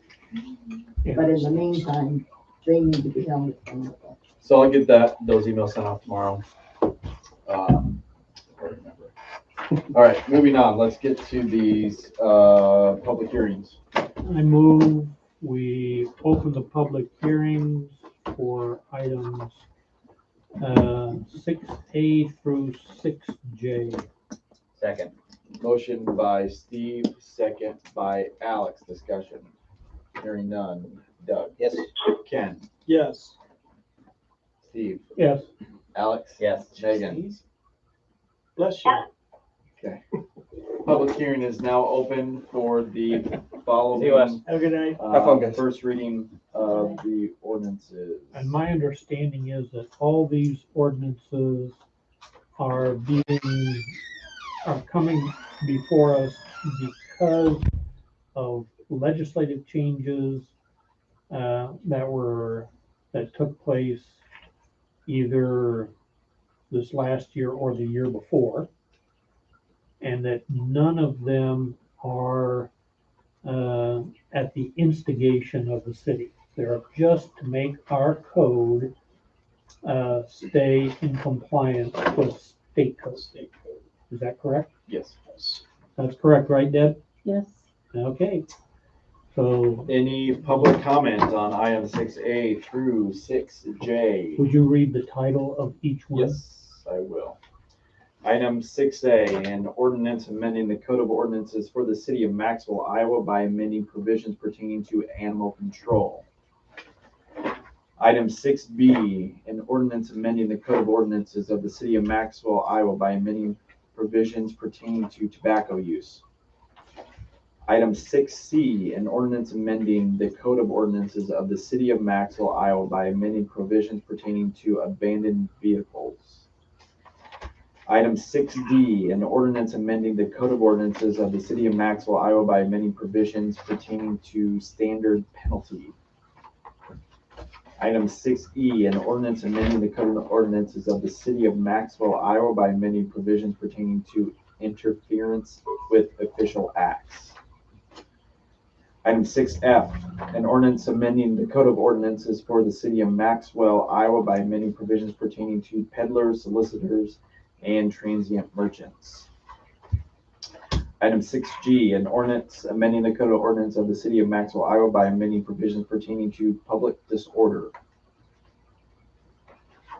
Item 6H, an ordinance amending the Code of Ordinances of the City of Maxwell, Iowa by amending provisions pertaining to low-speed electric bicycles and fully controlled access facilities.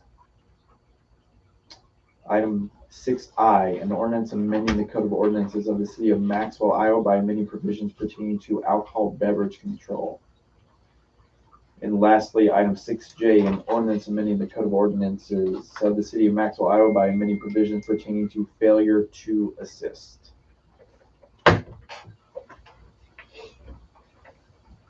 what do all of them mean? That's a good question. A, which is the Yeah. animal control,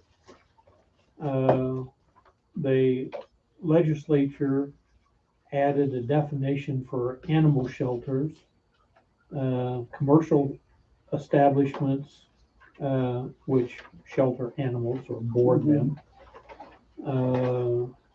Added a definition for injury, to injury to animals. Added a definition for what a pound is, dog pound. Yeah. Added a definition for what a research facility is, and added a definition of what a veterinarian is. So it's definitions. Well, mostly definitions, but then they added under animal neglect much more detail, saying that you also have to have, in addition to providing food and access and sanitary conditions, you have to make sure that the place where you're keeping them is well ventilated, that you're providing grooming, and that you're providing veterinary care. So those are additional things that everybody must meet in order to avoid animal neglect. If we don't amend our ordinances to adopt this, it will still be in the state law and just be harder for people to find. That would be a good idea to do. Yeah. Just follow the state law. And then they have a new section that excludes persons operating commercial establishments, which is why they had to define a commercial establishment. And you excluding from animal neglect and research facilities, which, and they have added a new thing about abandoning cats and dogs so that nobody from the county can dump cats or dogs inside the city, and nobody in the city can dump cats and dogs out in the county. If you do, it's a violation of city ordinance or state code. You can't tamper with a rabies tag, and you can't tamper with electronic handling device. So, which would be like a electronic leash of some sort. I think microchip. Well, it says electronic handling device. Collars. Shock collar, Shock collars. GPS collars.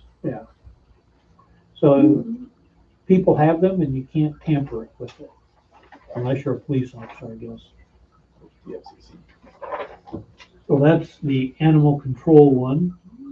Tobacco, they're changing from 18 to 21, being able to use tobacco products. You can enroll in the service, but you can't smoke. That's right. Or drink. Well, that's drink. that's no different than back when I was in the service. I couldn't drink because the age was 21. Yeah, So I mean, you that's can just the way life is. go fight and get killed for your country, but you can't drink or smoke. Well, unless you're in the service. Vote for it. Yeah. If you're in the service, these laws don't apply. So, yeah, tobacco at age 21 instead of 18, which I think is a very good change. For pertaining to abandoned vehicles, the process for notifying somebody that you've taken their vehicle is a lot more detailed and stepwise, so it may be easier to follow. Did you feel that there was a whole lot more process added? It seems like there's more paper trail with it Yeah, than what the. so it's more, reads. yeah, probably what our Just attorney specified would better. recommend, yeah. That's what recommended, I imagine, anyway. The section of the code that deals with standard penalties, penalties went up. So now it's a minimum of $105, but no more than $855 for penalties. So it went up about 30% from where it used to be. $105 would seem like an odd number, but Yeah. they, You saw the numbers before, the though. I state think. 85. legislature They had a is lobby odd. somehow, right? Yeah. Yeah. We won't do 110, but we'll do 105. Interference with official acts.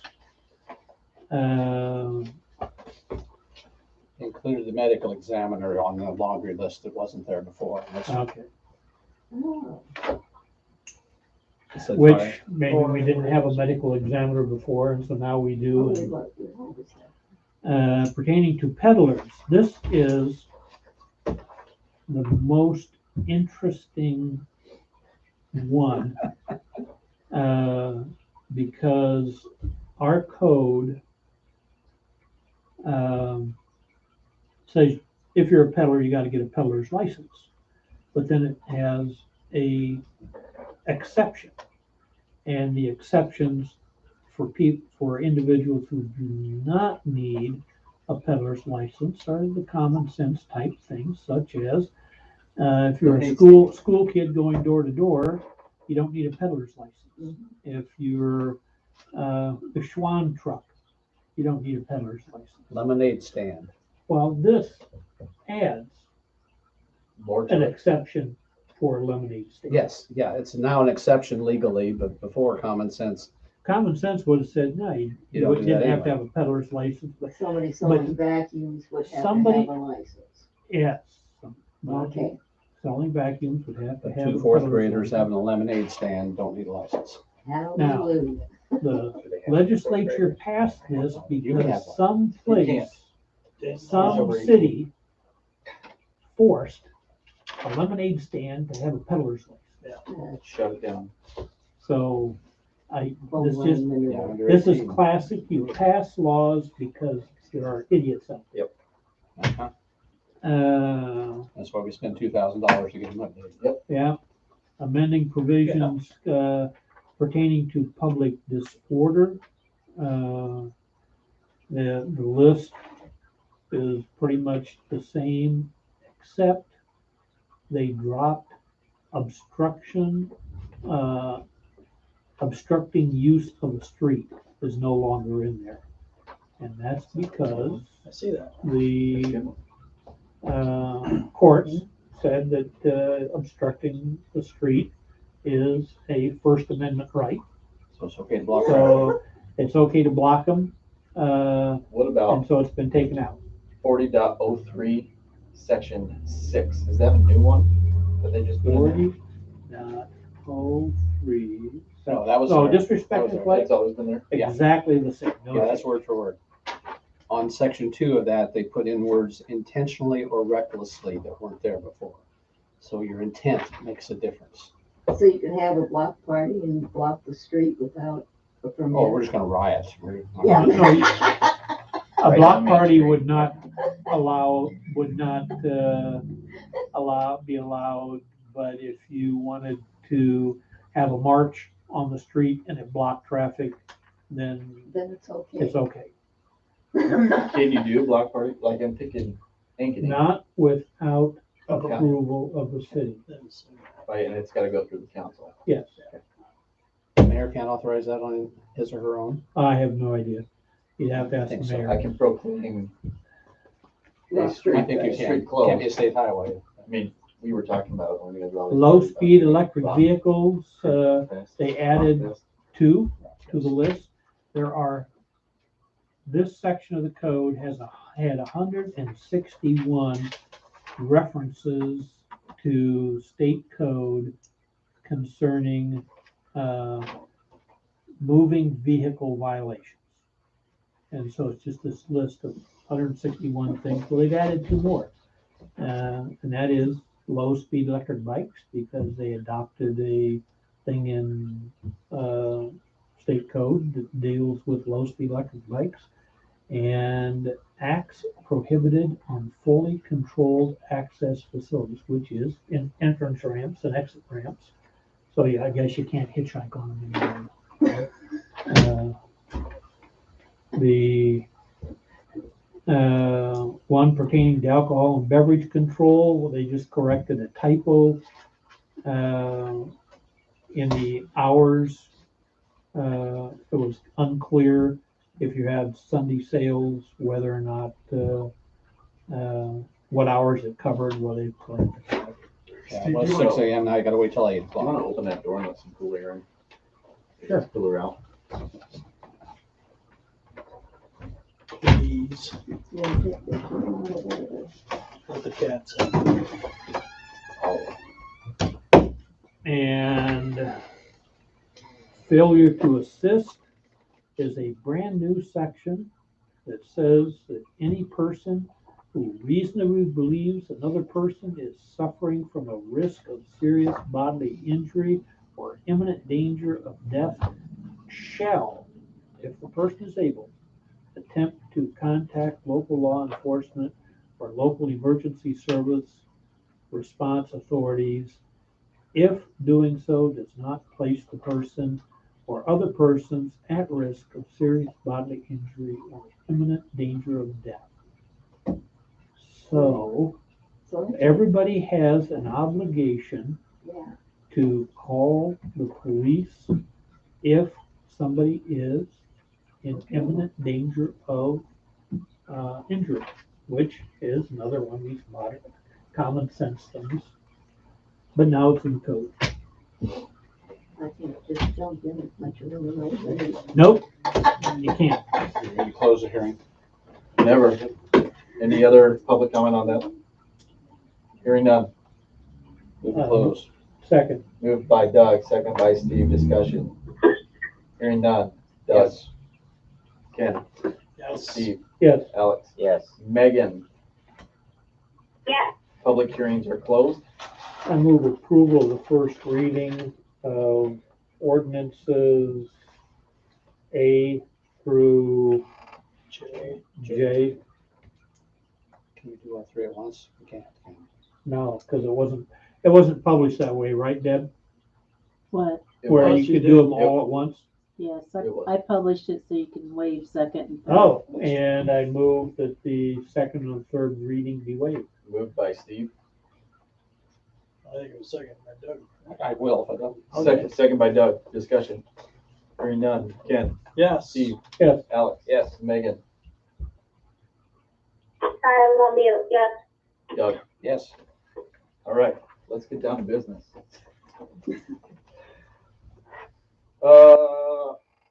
7A, Anna Hendricks, Story County Animal Control, discussion and action on trap, neuter, and release program for cats. She's not here. She's not here. So we move on. Yep. Come back to that one maybe next month. Discussion and action on Fall Festival. Maxwell's Market in the Park is wanting to do a fall festival Saturday, October 23rd, noon to 3. It's going to have market vendors, a 5K Monster Mash Dash, trick or treat, dessert walk, hay rides, bouncy house, balloon twister, face painting, pumpkin decorating, and kids game.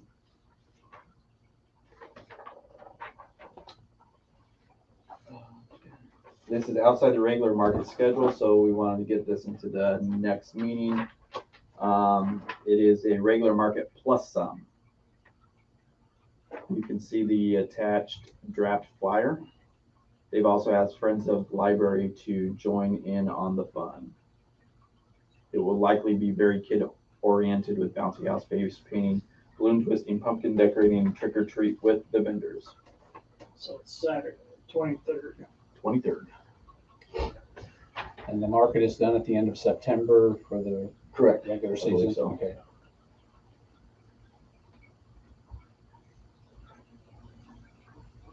You said the vendors, would they be like food vendors and Yes. things? Yeah. Do they pay the same amount as they would have for, old settlers? I mean, or renting a That's, portion of the park? Are they paying? we have a contract. Did we approve that contract yet? No. We're gonna have a contract with, the market. It's gotta go to Parks and Open Spaces. I keep on saying Parks and Rec. That the market will pay us money and then they charge the vendors. Okay, but it'll be an equal It should be scale. comparable. Say if you charge 40 for the, old settlers, then they would pay 40, the same thing. It's probably gonna, the Old Settlers Committee determine what they pay, and the Market in the Park's gonna determine what their vendors pay. Yep. Old Settlers has been paying the city about $1,000 a year for the last few years since the bin has been put up.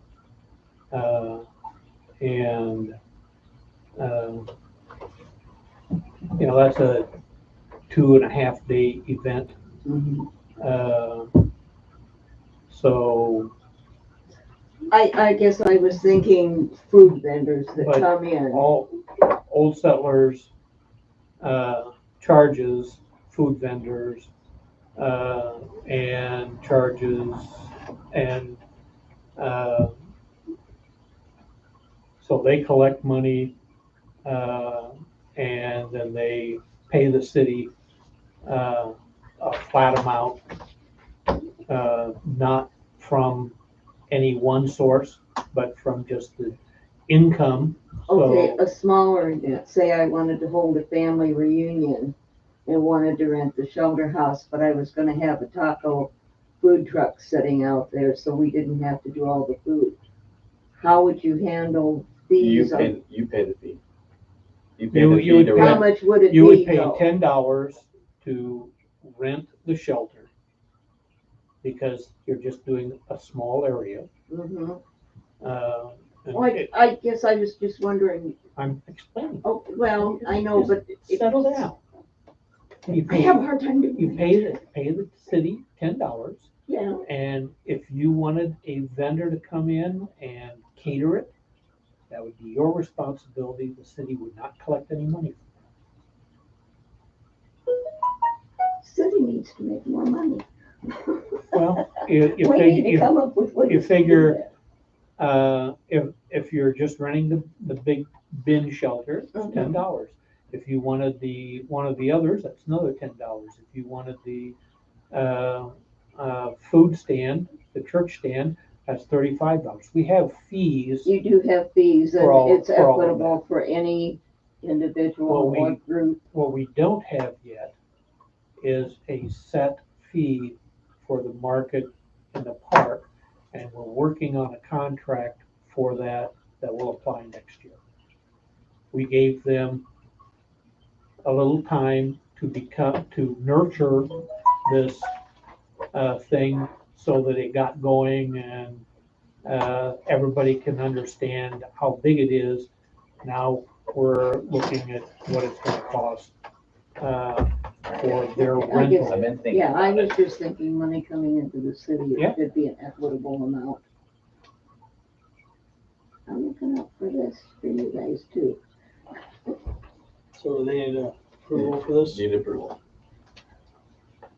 I'll make a motion to approve. Motion by Ken, I'll second. second by Doug. Discussion. Hearing none. Steve, Yes, Alex, Yes. Megan, Yes.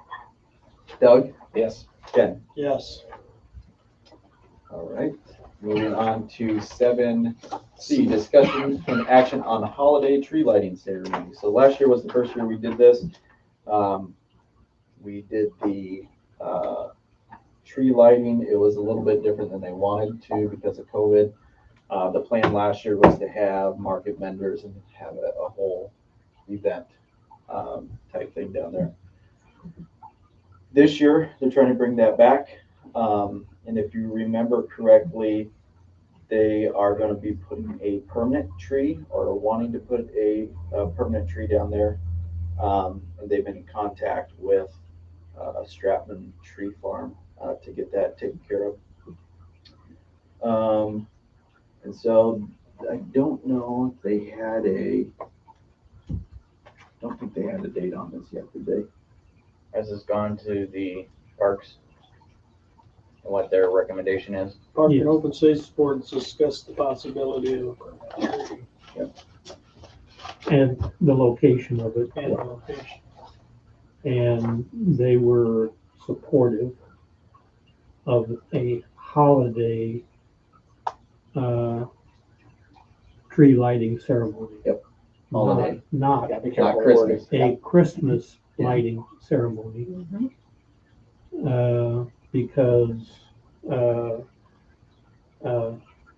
Jewish people certainly Yeah. do lights Mhm. at that time of year, and other faiths. So it is not a Christmas tree lighting ceremony. So this would be in, I think, December at some point. Yeah, I think it was last year. Did you check with Sandra? Because she grows trees. No, I think we discussed at the meeting last week or the week before, whenever it was, that it would be in November. Was it November? It's November. Yeah, Okay. which is about when everybody goes and gets their holiday tree. Month ahead of time, yep. yep, exactly. Yep. Right after Thanksgiving. So probably around the 28th then? Yeah. Right around Thanksgiving sometime. All right, I'll come again, so- Or the 27th, because I think it'll. Oh, 27th, Yeah. because it's Saturday. Saturday, All right. yep. Yep, and last year I did a mayor address, and I'd probably do one again then as well.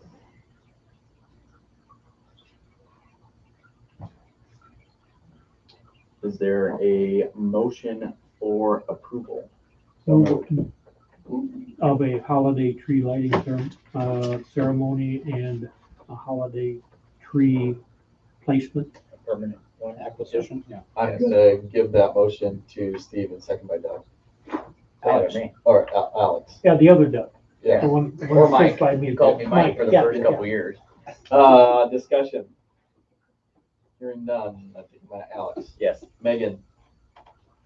Yes. Doug. Yes. Steve. Ken. Yes. Steve. Yes. Okay. It's getting too late. Getting giddy. Getting Do too you need late. a cupcake? No. He needs Need some cupcake. sugar? Need something to eat? No. Drink? Get close to you. Okay, 7E, discussion and action on Got a new name. alcohol permit for Moms, 123 Main Street. That is where currently KT's is. Move approval. Moved by Doug for approval. I'll second. Second by Ken, discussion. Yes, do they have outside seating? Does their license cover outside seating?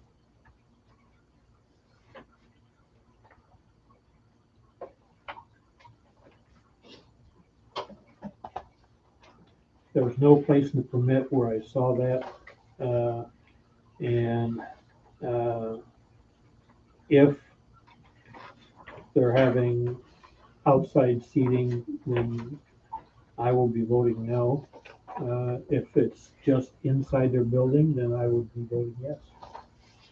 Because they have no fence or way to indicate where outside the building people should sit. Now, if they're going to put up even a small decorative fence with signs on it that say that alcohol cannot leave that area, then I would have no problem with it. Did they typically do that? Did we do that for KT's? No, they do it for that or Kyle's. Pal's had a fence Did he? Right out for a long time. He had a little white Oh, vinyl fence. Yeah, he did.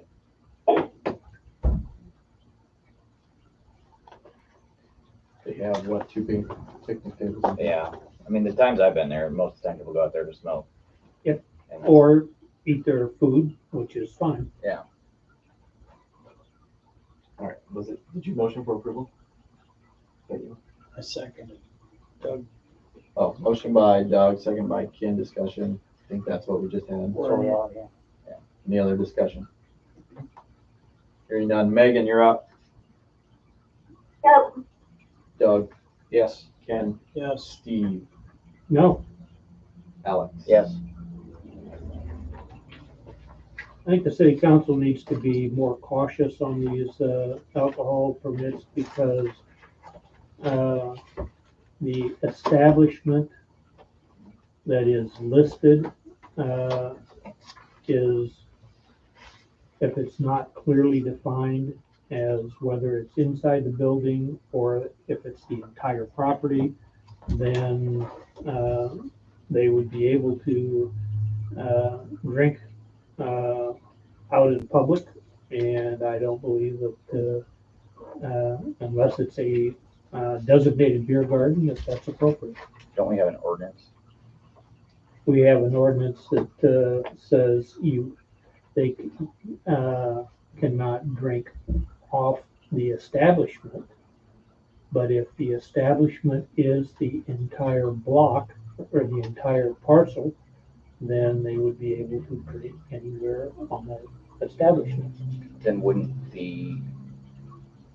then how does it work for Old Settlers? For Old Settlers, the information that we turn in has a diagram that shows where the beer garden is, Okay, and only drink inside there. Our insurance carrier requires us Okay. to notify people that they have to drink inside and they can't wander around. And state law says that anybody who's wandering around outside that beer garden can be ticketed. But that's because we have a specific area. What the council failed to do, because I wasn't aware of it, the whimsical one is from Second Street down to Broad. So people can wander all over the park with their alcohol because that's the address they put down. because that's what they put down. The council authorized drinking anywhere in the park, and I don't think that's right. But didn't know it until started looking at it this year.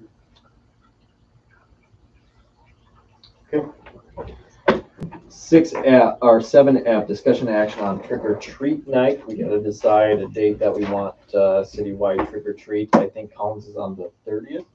They've already said the 30th. It is a Saturday. Do we typically do the opposite? Traditionally, we set it first and they It's go on opposite. Sunday. Last year we did the opposite, right? Yeah, I think we've always done opposite. Yeah. So we usually get They their did part it in on first. Friday night football game, I believe it was. Yes, that's right. It was Friday night football game, 30th, and we did it on the 31st being Saturday. This year it's on Sunday. Is that the actual Halloween for the Yep. first? Yeah. Right. That makes sense. Got the best one. So we hold it November 2nd. I thought sometime in June would be okay. A lot of clowns walking around.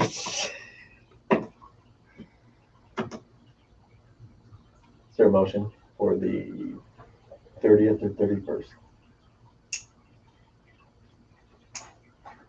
I move that we observe trick or treat night on the 31st. Motion by Steve for the Second 31st, second by Ken, discussion. Hearing none. Doug, Yes. Ken, Yes. Steve, Yes. Alex. Yes. Megan. Yep. All right. You sound so awake. 6H, review of junk complaints at 618, Metcalf in action to refer attorney for direction to resolve the complaint. So you have in front of you a letter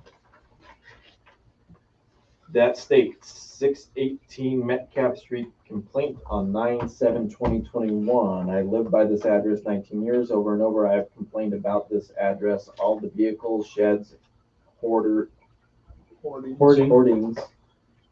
of trailer loads of stuff hauled to this address and put in the yard and every shed he builds. What happened to the rule of a permit on how, what we build and put on city property?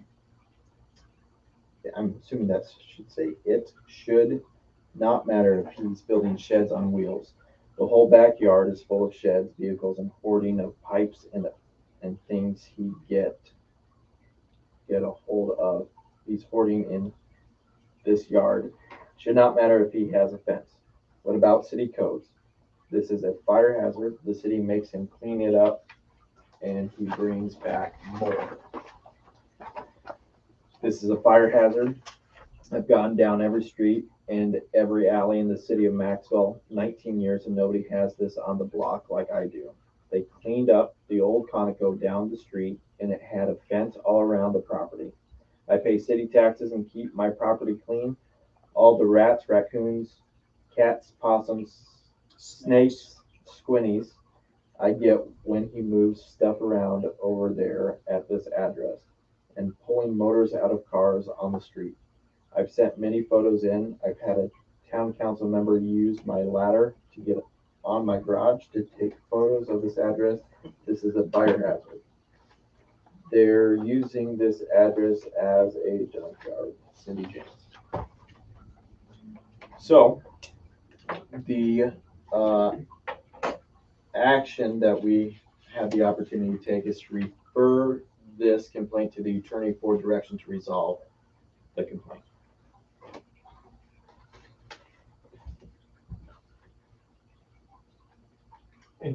We have done that, right? I'm not 100% sure. Have we done that yet, Deb? No, that's what you guys are doing tonight. That's what we're. Yes, I'd like this complaint to be referred to our attorney. There are a number of moving parts in the complaint, some of which may be things that we can do, some of which may be things that are beyond our ability. This would be a good time to have our attorney come to a meeting and discuss with us what we reasonably can do, what we can't do. This person has had, like she said, a number of complaints over the year and feels frustrated because nothing gets done. We've taken this person to court. There's been actions to clean things up, but it doesn't sound like it's any better. And if there's nothing we can do, great, have the attorney tell us there's nothing we can do. If there's something we can do, then let's do it. And we may have to have our building inspector, I think like last time, do an inspection of the property inside the fence, but our attorney can advise us on how to move forward. So invite the attorney to either the next council meeting or a special meeting before the council meeting, like at 6 o'clock or 5:30, so that this can be discussed more fully and give us an idea of what we can do. We ask the attorney For direction. Come to the next council meeting and provide directions on how to proceed. That's it. Motion by Steve, second by Ken. Discussion. Hearing none. Ken? Yes. Steve? Yes. Alex? Yes. Megan? Yes. Doug? Yes. Okay. Discussion and action on a set of standard forks for the backhoe. In front of you, you have a quote from Ziegler for standard forks for the 420. Looks like it'll be about $4,000. Waiting to hear back from the project manager on ETA to get our new. Don't worry about that part of it. We're not worrying about that part of it. Perfect. Move that we get the standard forks Move, for the 420. moved by Steve. I make sure we get to refer that to this guy so we get $500 back. Perfect. Perfect. So that's a second then, right? Yes. Okay. Second by Ken. Discussion. Hearing none. Steve. Yes. Alex. Yes. Megan. Yes. Doug. Yes. Ken. Yeah. Where would you like this to come out of? Tony's pay. Okay. We have, That'll slow him down asking. That's slowing down our asset thing. did we identify where the cost for the CAD is coming? From all 4 areas. This would be spread the same way. Okay. 7J, discussion action on new endpoint for meter readers. I think we should still stick to the early 2000s, stay with 3G. That's a lot of money. $25,000, like you heard in the Public Works. If we don't change, then we have to send somebody out to read meters mandatory. Which in the long run is probably going to cost us 3G more. network is going away. Yep. The It's a lot of money, 25,000, but it's also guaranteed for 10 years.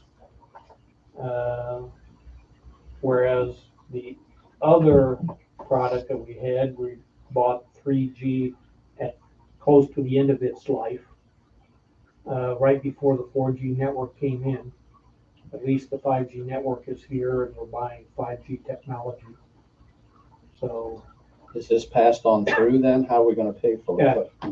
Paid for out of the water. So the customers are really paying for it? Customers are paying It's the for it. only way to do it, yeah. Paid for all the water utility. Was that a motion? I move that we proceed with the new meters. A lot of people have received benefit from the reading every 15 minutes. They get a call that they have a leak. School gets those about once a week. Yeah. Well, right now it's every half hour or every hour. And so it's going to every 15 minutes under the new system, which I think benefits everyone. So that was a motion made by Steve. Is there a second? I second. Second by Megan. Discussion. Hearing none. Megan, you're up. Yep. Doug. Ken. Yeah. Steve. Yes. Alex. Yes. Okay. Have you determined how much each resident will be charged for this? Well, By 300. Well, not all at one time. it's gonna come out of the cash reserves. We've been saving a little bit of money each year, and so the cash reserves in the water system right now is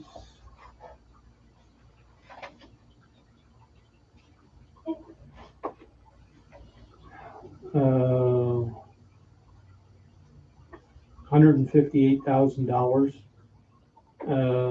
and our budget in any one year is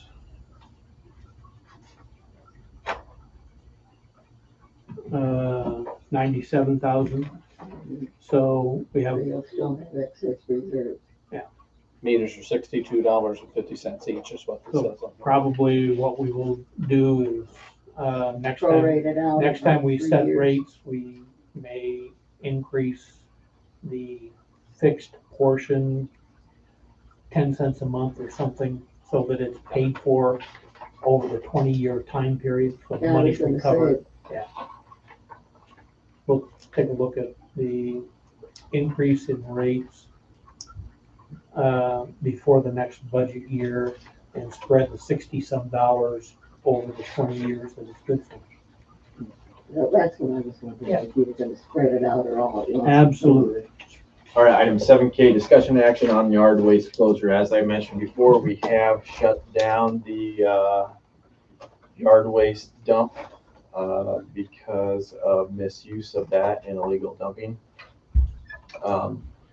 To stop that instantly, Tony was on vacation, and so we decided that we were just gonna pull the chain and close it for now. Like I said, all of our tree vendors, they can call Tony or Chris to get that open so they can go dump their tree stuff, as we have that agreement already with them. So this action item is to decide how we want to move forward with that. It's the rough part is, I think you're always going to have that one person that does stuff like this, right? But when we go to burn that pile, you can't have asphalt shingles in there when you're doing that. You can't have nails in there because you're going to be having equipment in there, people driving in there, and you don't want them to pick up nails in the tires. So what you guys have to decide is, how do you want to move forward with the city dump? Have those boards and then shingles been taken out of there yet? I'm not 100% sure. I haven't If been you down open there. it tonight, I'll go down tomorrow and take them out. I need it for my garden. I will They've check already on been- that, probably tomorrow. The issue is really how do we avoid, Camera. Camera. So, what has happened, and I agree. We're looking at a camera that ties to the cell phone network, that takes a picture, it doesn't store it there, it transmits it to, a central server. Yeah, to the cloud. And so it's, anybody who pulls in, we should be able to get a picture of what they're pulling in with. License plate, maybe. License number. Well, we'll have to see how good the cameras are, but at least if we have a vehicle type and what is, getting dumped, that's better than what we have now. and to answer your question, Doug, those, we try to order them. They're all sold out everywhere we go to look. So I've looked in 7 places. we're still trying to figure that out, how we can get those ordered. Is there any place where, we can put in an order and have it back ordered and, delivered when they get it? Let me check real quick. Well, I wonder if we need to get a second one when we can get it. I think that was the plan. We were gonna get two, Okay, because I thought we had a motion with only one, but Yeah, we only put second. in one. only for one. Yeah. Do you wanna make a motion? Well, Authorize. I move that a second camera, be authorized, and purchased, to cover the landscape, waste area, and that the landscape waste area be opened, again, once we get the camera, and until we get the camera, that, since we have 2 public works people now, that, it be opened on appointment. So somebody could call City Hall, say, have some stuff they wanna take down. City Hall will, either Tony or Chris will make, identify when they're available, and it'd be opened up for, use by individual appointment. Doesn't anybody have a trail cam that could be set up temporarily so that we wouldn't have to do that and If- interfere with their day? If we get a camera, then it'll be open. No, I know, but you're saying, for right now, I don't know. I don't have one. Yeah. no, I mean, a trail cam though would be a temporary solution. If somebody Well, that's gonna has, be our permanent solution. if somebody A has, trail cam? No, it's a different type of camera. Is it a Yeah. different kind? Trail cams normally store it on a, Oh, This is a cellular trail cam, so it backs everything up. okay. So, the motion is that as soon as we get a camera, we open it up. Until then, by appointment only. So if somebody has a camera that they want to, provide temporarily, it could be opened up right away. Let me check on it. Would it be easier for the city employees to just open it at 8 a.m., close it at 3 p.m.? They're gonna be around town working anyway. And if they go Tell down them to there, check they it could 3 be, times, 4 times a day. Because then you're not calling them and trying to schedule. Probably the only time anybody's wanting to use it would be after 3 p.m. Because when Yeah. you get off work, Yeah. you wanna go trim your trees and then take your stuff. But then are we gonna be I paying take, overtime? I take my stuff down there at 9 o'clock in the morning. So I can too, but the guy working A lot of people can't. Yeah. won't be able to. So here's what I just found. I found a comparable, one with it looks like it has a, solar panel on it. The reason why I say that we want solar is because they take like 8 AA batteries. Yeah. At least that's the ones at the school take that. Mhm. So this one has, cellular and it is available at Bass Pro in Altoona for $299.99. That's worth one tire on a big piece of equipment. That's a They good have to $100 over what the one we were. order them and get them in, and at least we can see, how well it works. But I agree that it should only be open, during city hours. No, you're gonna end up paying overtime. won't we? Hmm? But otherwise, we're gonna end up be paying overtime. Well, and, yeah, So have Chris or Tony go down and pick them up tomorrow. Where are we taking these? Cause that means they're over $100 more than what the normal one, first ones were going to be. So that's another $200 out of somebody's budget. What does, The guy that's still counting sheriff's office. yeah. Let me pull that up here. should come out of the Parks Department. What's their budget look like? Not enough, That's, but it's all spent. that's what we, The whole budget, isn't it? that's what we are, Amending. trying to, protect. Yeah,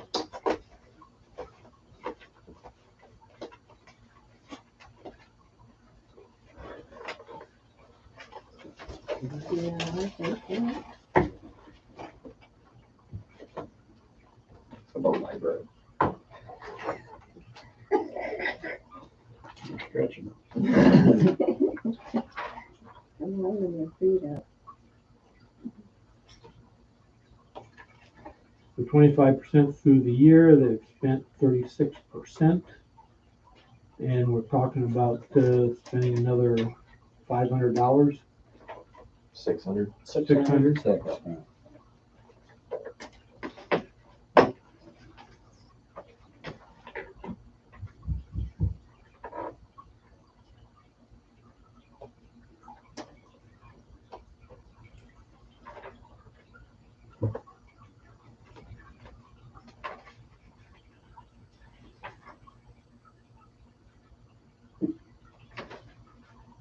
Plus the 1,000 you just took out of it for the forks. Out of what? For the forks. You just took another 1,000 out for the forks. If they were $4,000. I just still didn't hear. For the forks? Forks. Yeah. Yeah, $4,000 for the forks. 1,000. Yeah, 1,000 for because each it gets category. split. Can we split that one up too? Because we're gonna be moving those around, I would assume. Whether it be at the water treatment plant, whether it be at the Wellhead, wellhead, the Parks. park, dump. dump. Well, I can see if we're going to be monitoring the wellhead and moving a camera over there, that half of it could come from the water department and half from parks. Like, 300 out of I don't know where, we don't have any problem with the sewer plant because everything is, But now there's a roadway that goes to the sewer plant. so if we get one to do that roadway, then that would be appropriate time to take it out of sewer. We're talking about 2 cameras to see how to best utilize them. Let's do 50/50 then. Let's take one, $300 out of parks and the other $300 out of water. Because we already said that we were gonna put one down there at some point if things start So out. Steve, did you make a motion of some sort Yes. somewhere about buying another camera? Yes, the motion was to buy the additional cameras, so we're buying 2 cameras at $300 each approximately, with one camera coming out of parks and the other camera coming out of water. Second. Motion by Steve, second by Alex, discussion. Ken seconded. Ken. Oh, Ken. The other Alex. Late. Hearing none, I'm gonna start over. Steve, Yes, Alex. Yeah. Megan, Yes, Doug, Yes. Ken. Yeah. Ken always felt like I was looking in a mirror. And depending upon what's happening, then if there's a problem down at the park, then it could be moved down there. Yes. Okay. Portable. Discussion and action on voting member and alternate Story County 911 Service Board. Yeah, we got everything. well, this is part of the safety committee, so it'd be Ken and Alex. Which one of you would like to be primary and which I'm one already Polk secondary? County. Well, I've only got about a couple. Well, then whoever replaces you can take your spot. I don't care. You could be the primary and make the next person There you go. primary contact. There you go. I'm fine with that. So Alex is primary and Ken is secondary. Sure. He's smiling. That was a motion made by Steve, Second. second by Alex. Discussion. Hearing none, Alex, Yes. Megan, yes, Don't sound Doug. so happy about it. Yes. Ken, Yep. Steve. Yes, Oh, council and mayor reports. Steve, you're up. I have not gotten my area reviewed. But I have hopes of being able to get it done before the next meeting.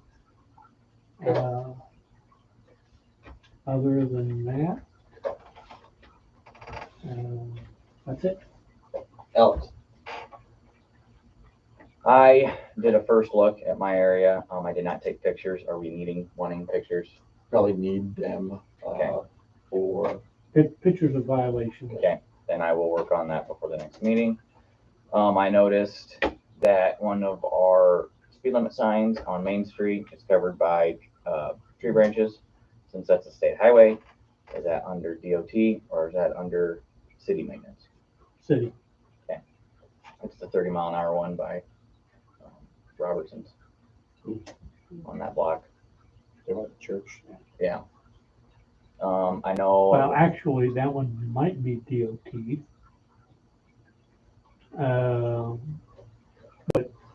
By the way, that- somebody needs to cut it. Yep. The city would cut the branches. Yeah. Because it's in the right of way. We spoke, I think, last meeting, it feels like it was a really long time ago, about street signs.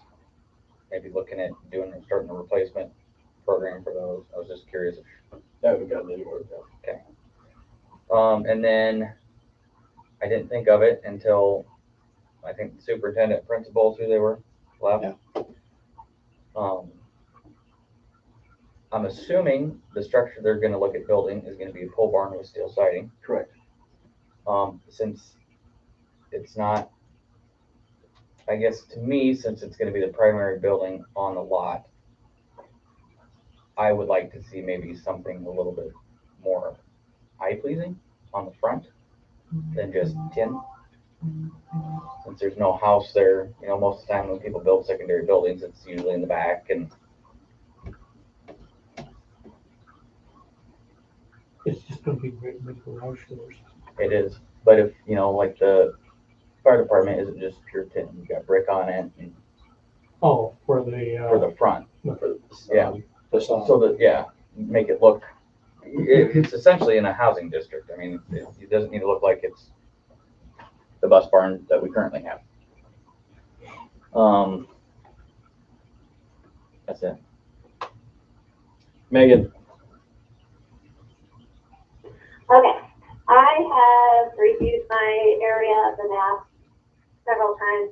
Unfortunately, have not ever taken pictures because it's usually at 5 o'clock in the morning when I'm walking. So I will try and get that done. I really don't see a whole lot in my area that I think are violations, so I will try and get that done by the next meeting. Cool. And that's all I have.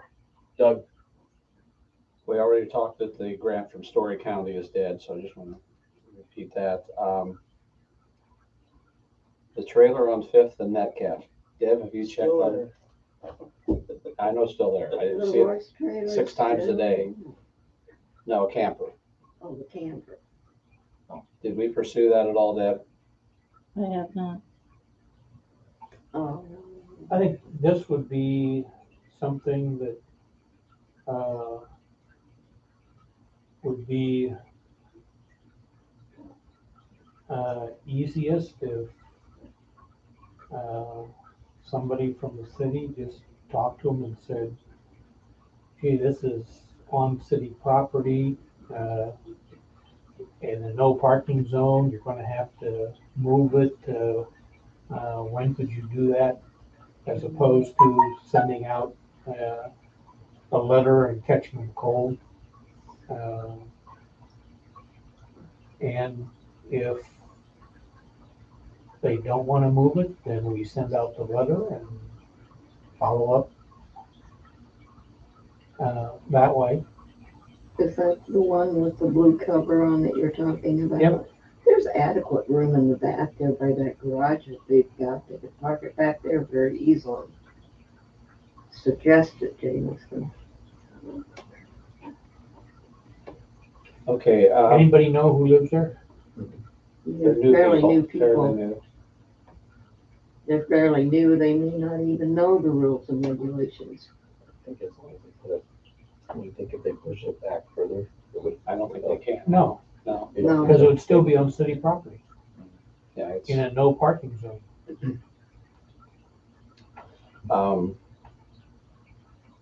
tree trimming on, you had on the sign on Woodlawn, the buses are now required, well, not required. There's no other option except turn around and go around the football field to get out of town there. And there's some trees there that are low that need trimmed as well. Tony's already looking into it. Okay, that's all I have. And along that same line, I'm sure that many people have noticed, oak trees with, leaves turning brown already. It could be environmental because it's so dry. It could be oak wilt. We also have some ash trees in the right of way that, look pretty dead, on Main Street. And I think we should, it may be too late in the year, but I think we need to get some sort of an arborist to take a look at all of the trees, in the right of way and provide us a list of which ones have to be removed because they are diseased and which ones, maybe could be saved, and which ones are not a problem. If the oaks are losing their leaves because it's environmental, then next year they should be just fine. I don't know enough about trees to make that judgment. Well, what is the big flowery things? They're blooming again and they don't normally bloom. Hydrangeas. Yeah, Yeah. so if the ratio's got things screwed up from, No, those things, my mother-in-law's got one that blooms. Does it bloom multiple times a year? When it's nice Okay. out. so Some one of the more tree lilacs thought are before I blooming. completely go. Some I of the did lilacs ask- are blooming again.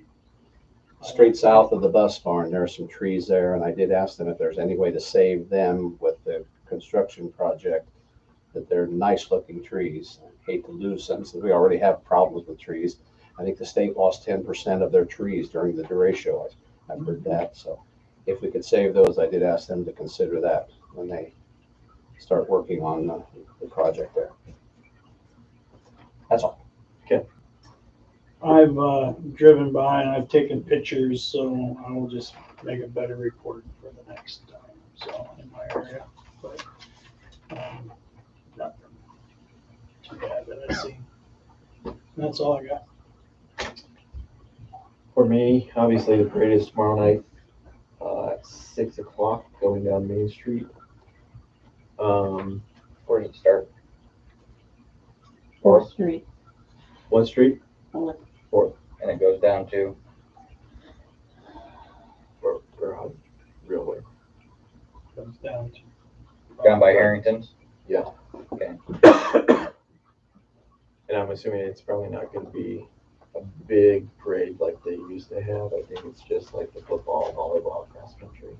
Okay. And fire trucks. Goes down to First Street, which is this one. First Street. Other than that, I don't think there's anything else. Oh, I did They're gonna what? turn at First Street? Are we going to? There's construction there. No, I thought, oh, they're A lot. on First Street? Ooh. A lot of Not a good- vehicles on both sides. But I suppose they're walking in the travel portion of the highway, so.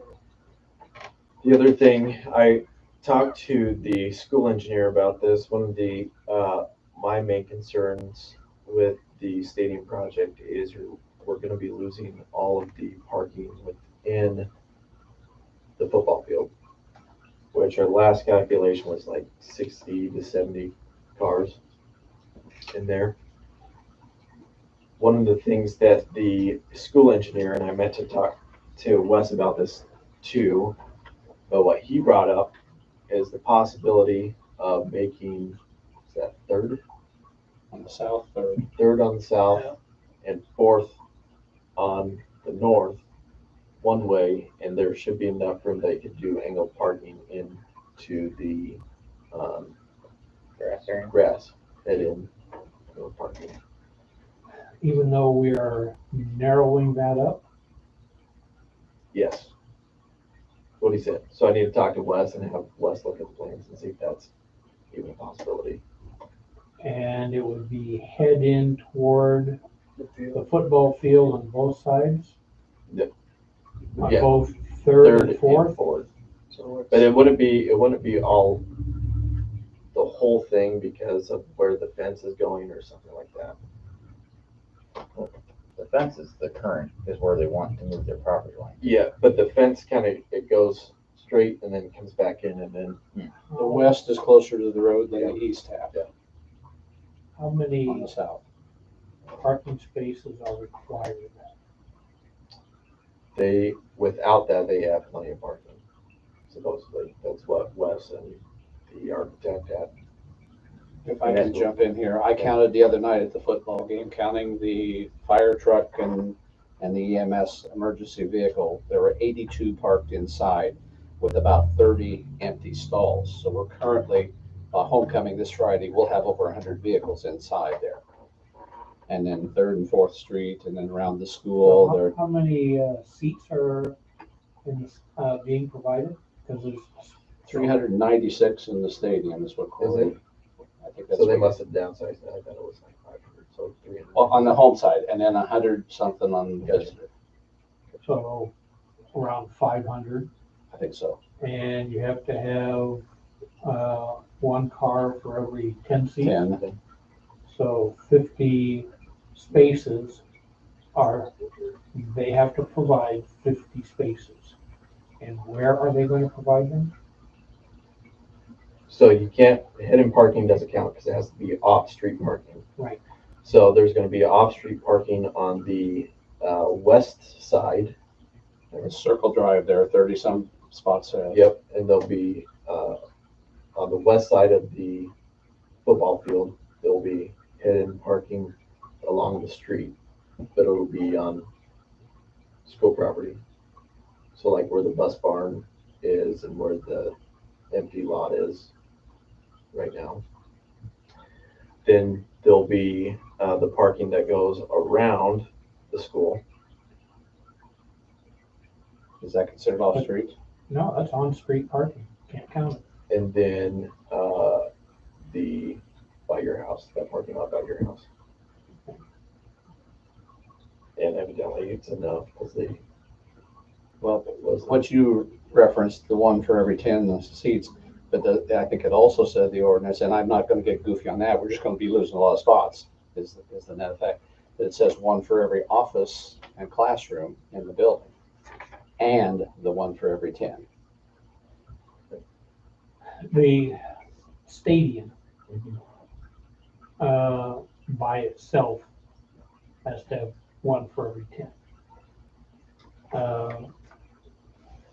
And no tie-in with the building itself? Right, the other building, you have to have a certain number for classrooms and offices and whatnot.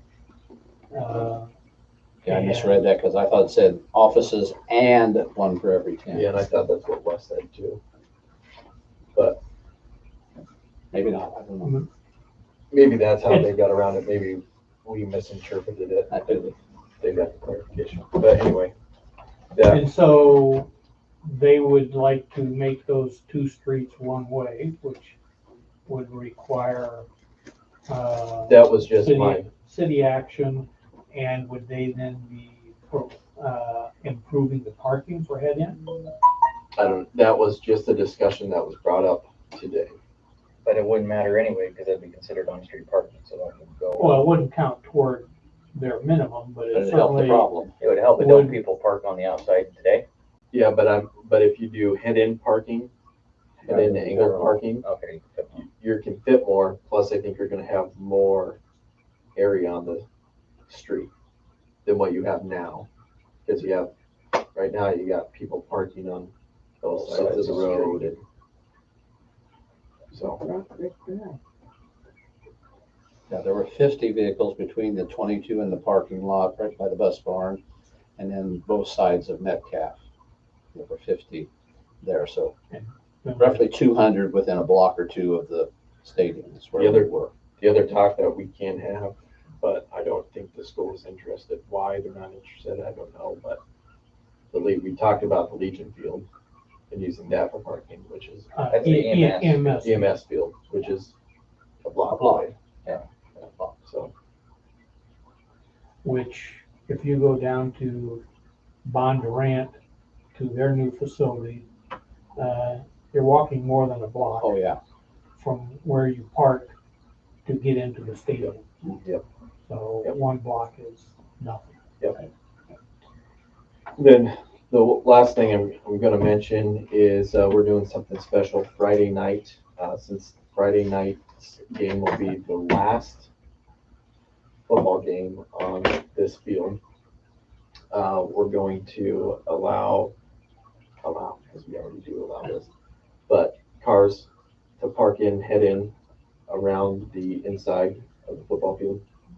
And then at the end of the game, they're gonna shut all the lights off and turn the headlights on and take pictures of the team in the middle of the field. So this is my point, to have you all come in and get a picture. Got a drone? Is the stadium This- project gonna go a little bit more smoothly then, Yeah, they're talking not next week, but the week after to start to start? tearing everything up. So You know, they're not gonna have the property until sometime in the middle of next month. which one? The Right away. Yeah, they know that. They know that they have to come up with a temporary spot. This quote, stadium that you're talking about, will it have better noise control? No. It's gonna be noisy. We can't afford a dome. No, I believe will the the, volume be turned down somewhat? well, the thing with that is when you start playing music or when you start talking in that speaker, it's facing towards the rest of the town. And as soon as it hits that school, it disperses and it goes everywhere. So what they're going to do to try to help that is they're going to take the scoreboard that has the speaker in it and put it on the opposite side facing out of town. So instead of taking the people off in town, we're going to take off the people outside of town. Well, Norton? Yeah. I know I can't sit in my backyard and it sounds like it's radios going or whatever that is so loud. It's not the band. And they have It's nothing but not the the best choice game. of music, right? Oh, yes, definitely. Do you know who I am? I'm sorry. That announcer and that guy. It's that dugout announcer. The announcer and the guy that makes the music. Yeah, he's a piece of He's work. something else. Kind of like our mayor. Yeah. Can I meet him? You have. We're gonna start- No, not him. Yeah, it's him. The It is state. him. That's me. Oh, It is him. well, can we talk about this? You wanna come sit in my backyard? Consent agenda. Approval of August 2nd, 2021 minutes. Move approval. I'll second. I think we've got some, Deb, I don't know if something got cut off in the back of the first page. Item 6, GHI and J's, their sentences started, but they didn't finish. At least on the copy I have. Oh, I got an EGHIJF. Is that what you see? Is that what you're talking about, Well, number 6? okay, so the lettering is one thing, but I was just look at H. It has no second, so we lost two. That's interesting. And then J under staff, or under that one, it says staffs, and I think something got copied and pasted goofy. I'll go back and look. And then down below on 7, you have everybody's council person listed there. But Steve is stuck on the tail end of mine, so we need a D that has Steve's one-liner and then E and F to relabel those on down. On the council?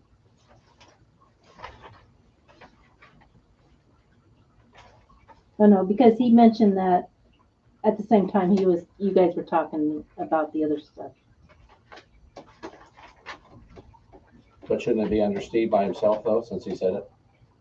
Or not? I don't, It was part of that discussion. I don't know. okay, I don't know either, but That's, Steve isn't reporting anyplace otherwise. Steve is at the top of the council. Oh, excuse me. Gotcha. I'm goofy down on that one.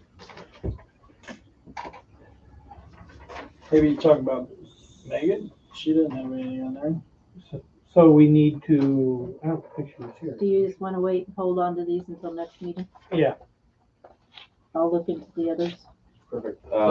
Approval of current bills as presented. Move we pay the bills. Moved by Doug, Second. second by Steve. Discussion. Hearing none. Megan. Yep. Doug, Yes. Ken, Yeah. Steve, Yes. Alex. Yes.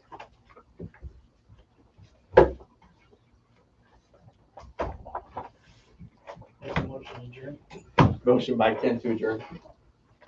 Megan, you better second that. Second by Megan. Discussion. Hearing none. Ken, Yes. Steve, Yes. Alex. Yep. Megan. Doug. Yes. All right. Meeting Good night, adjourned Megan. at 9:11. Did we? Do you want to stop Bye. that recording? See ya.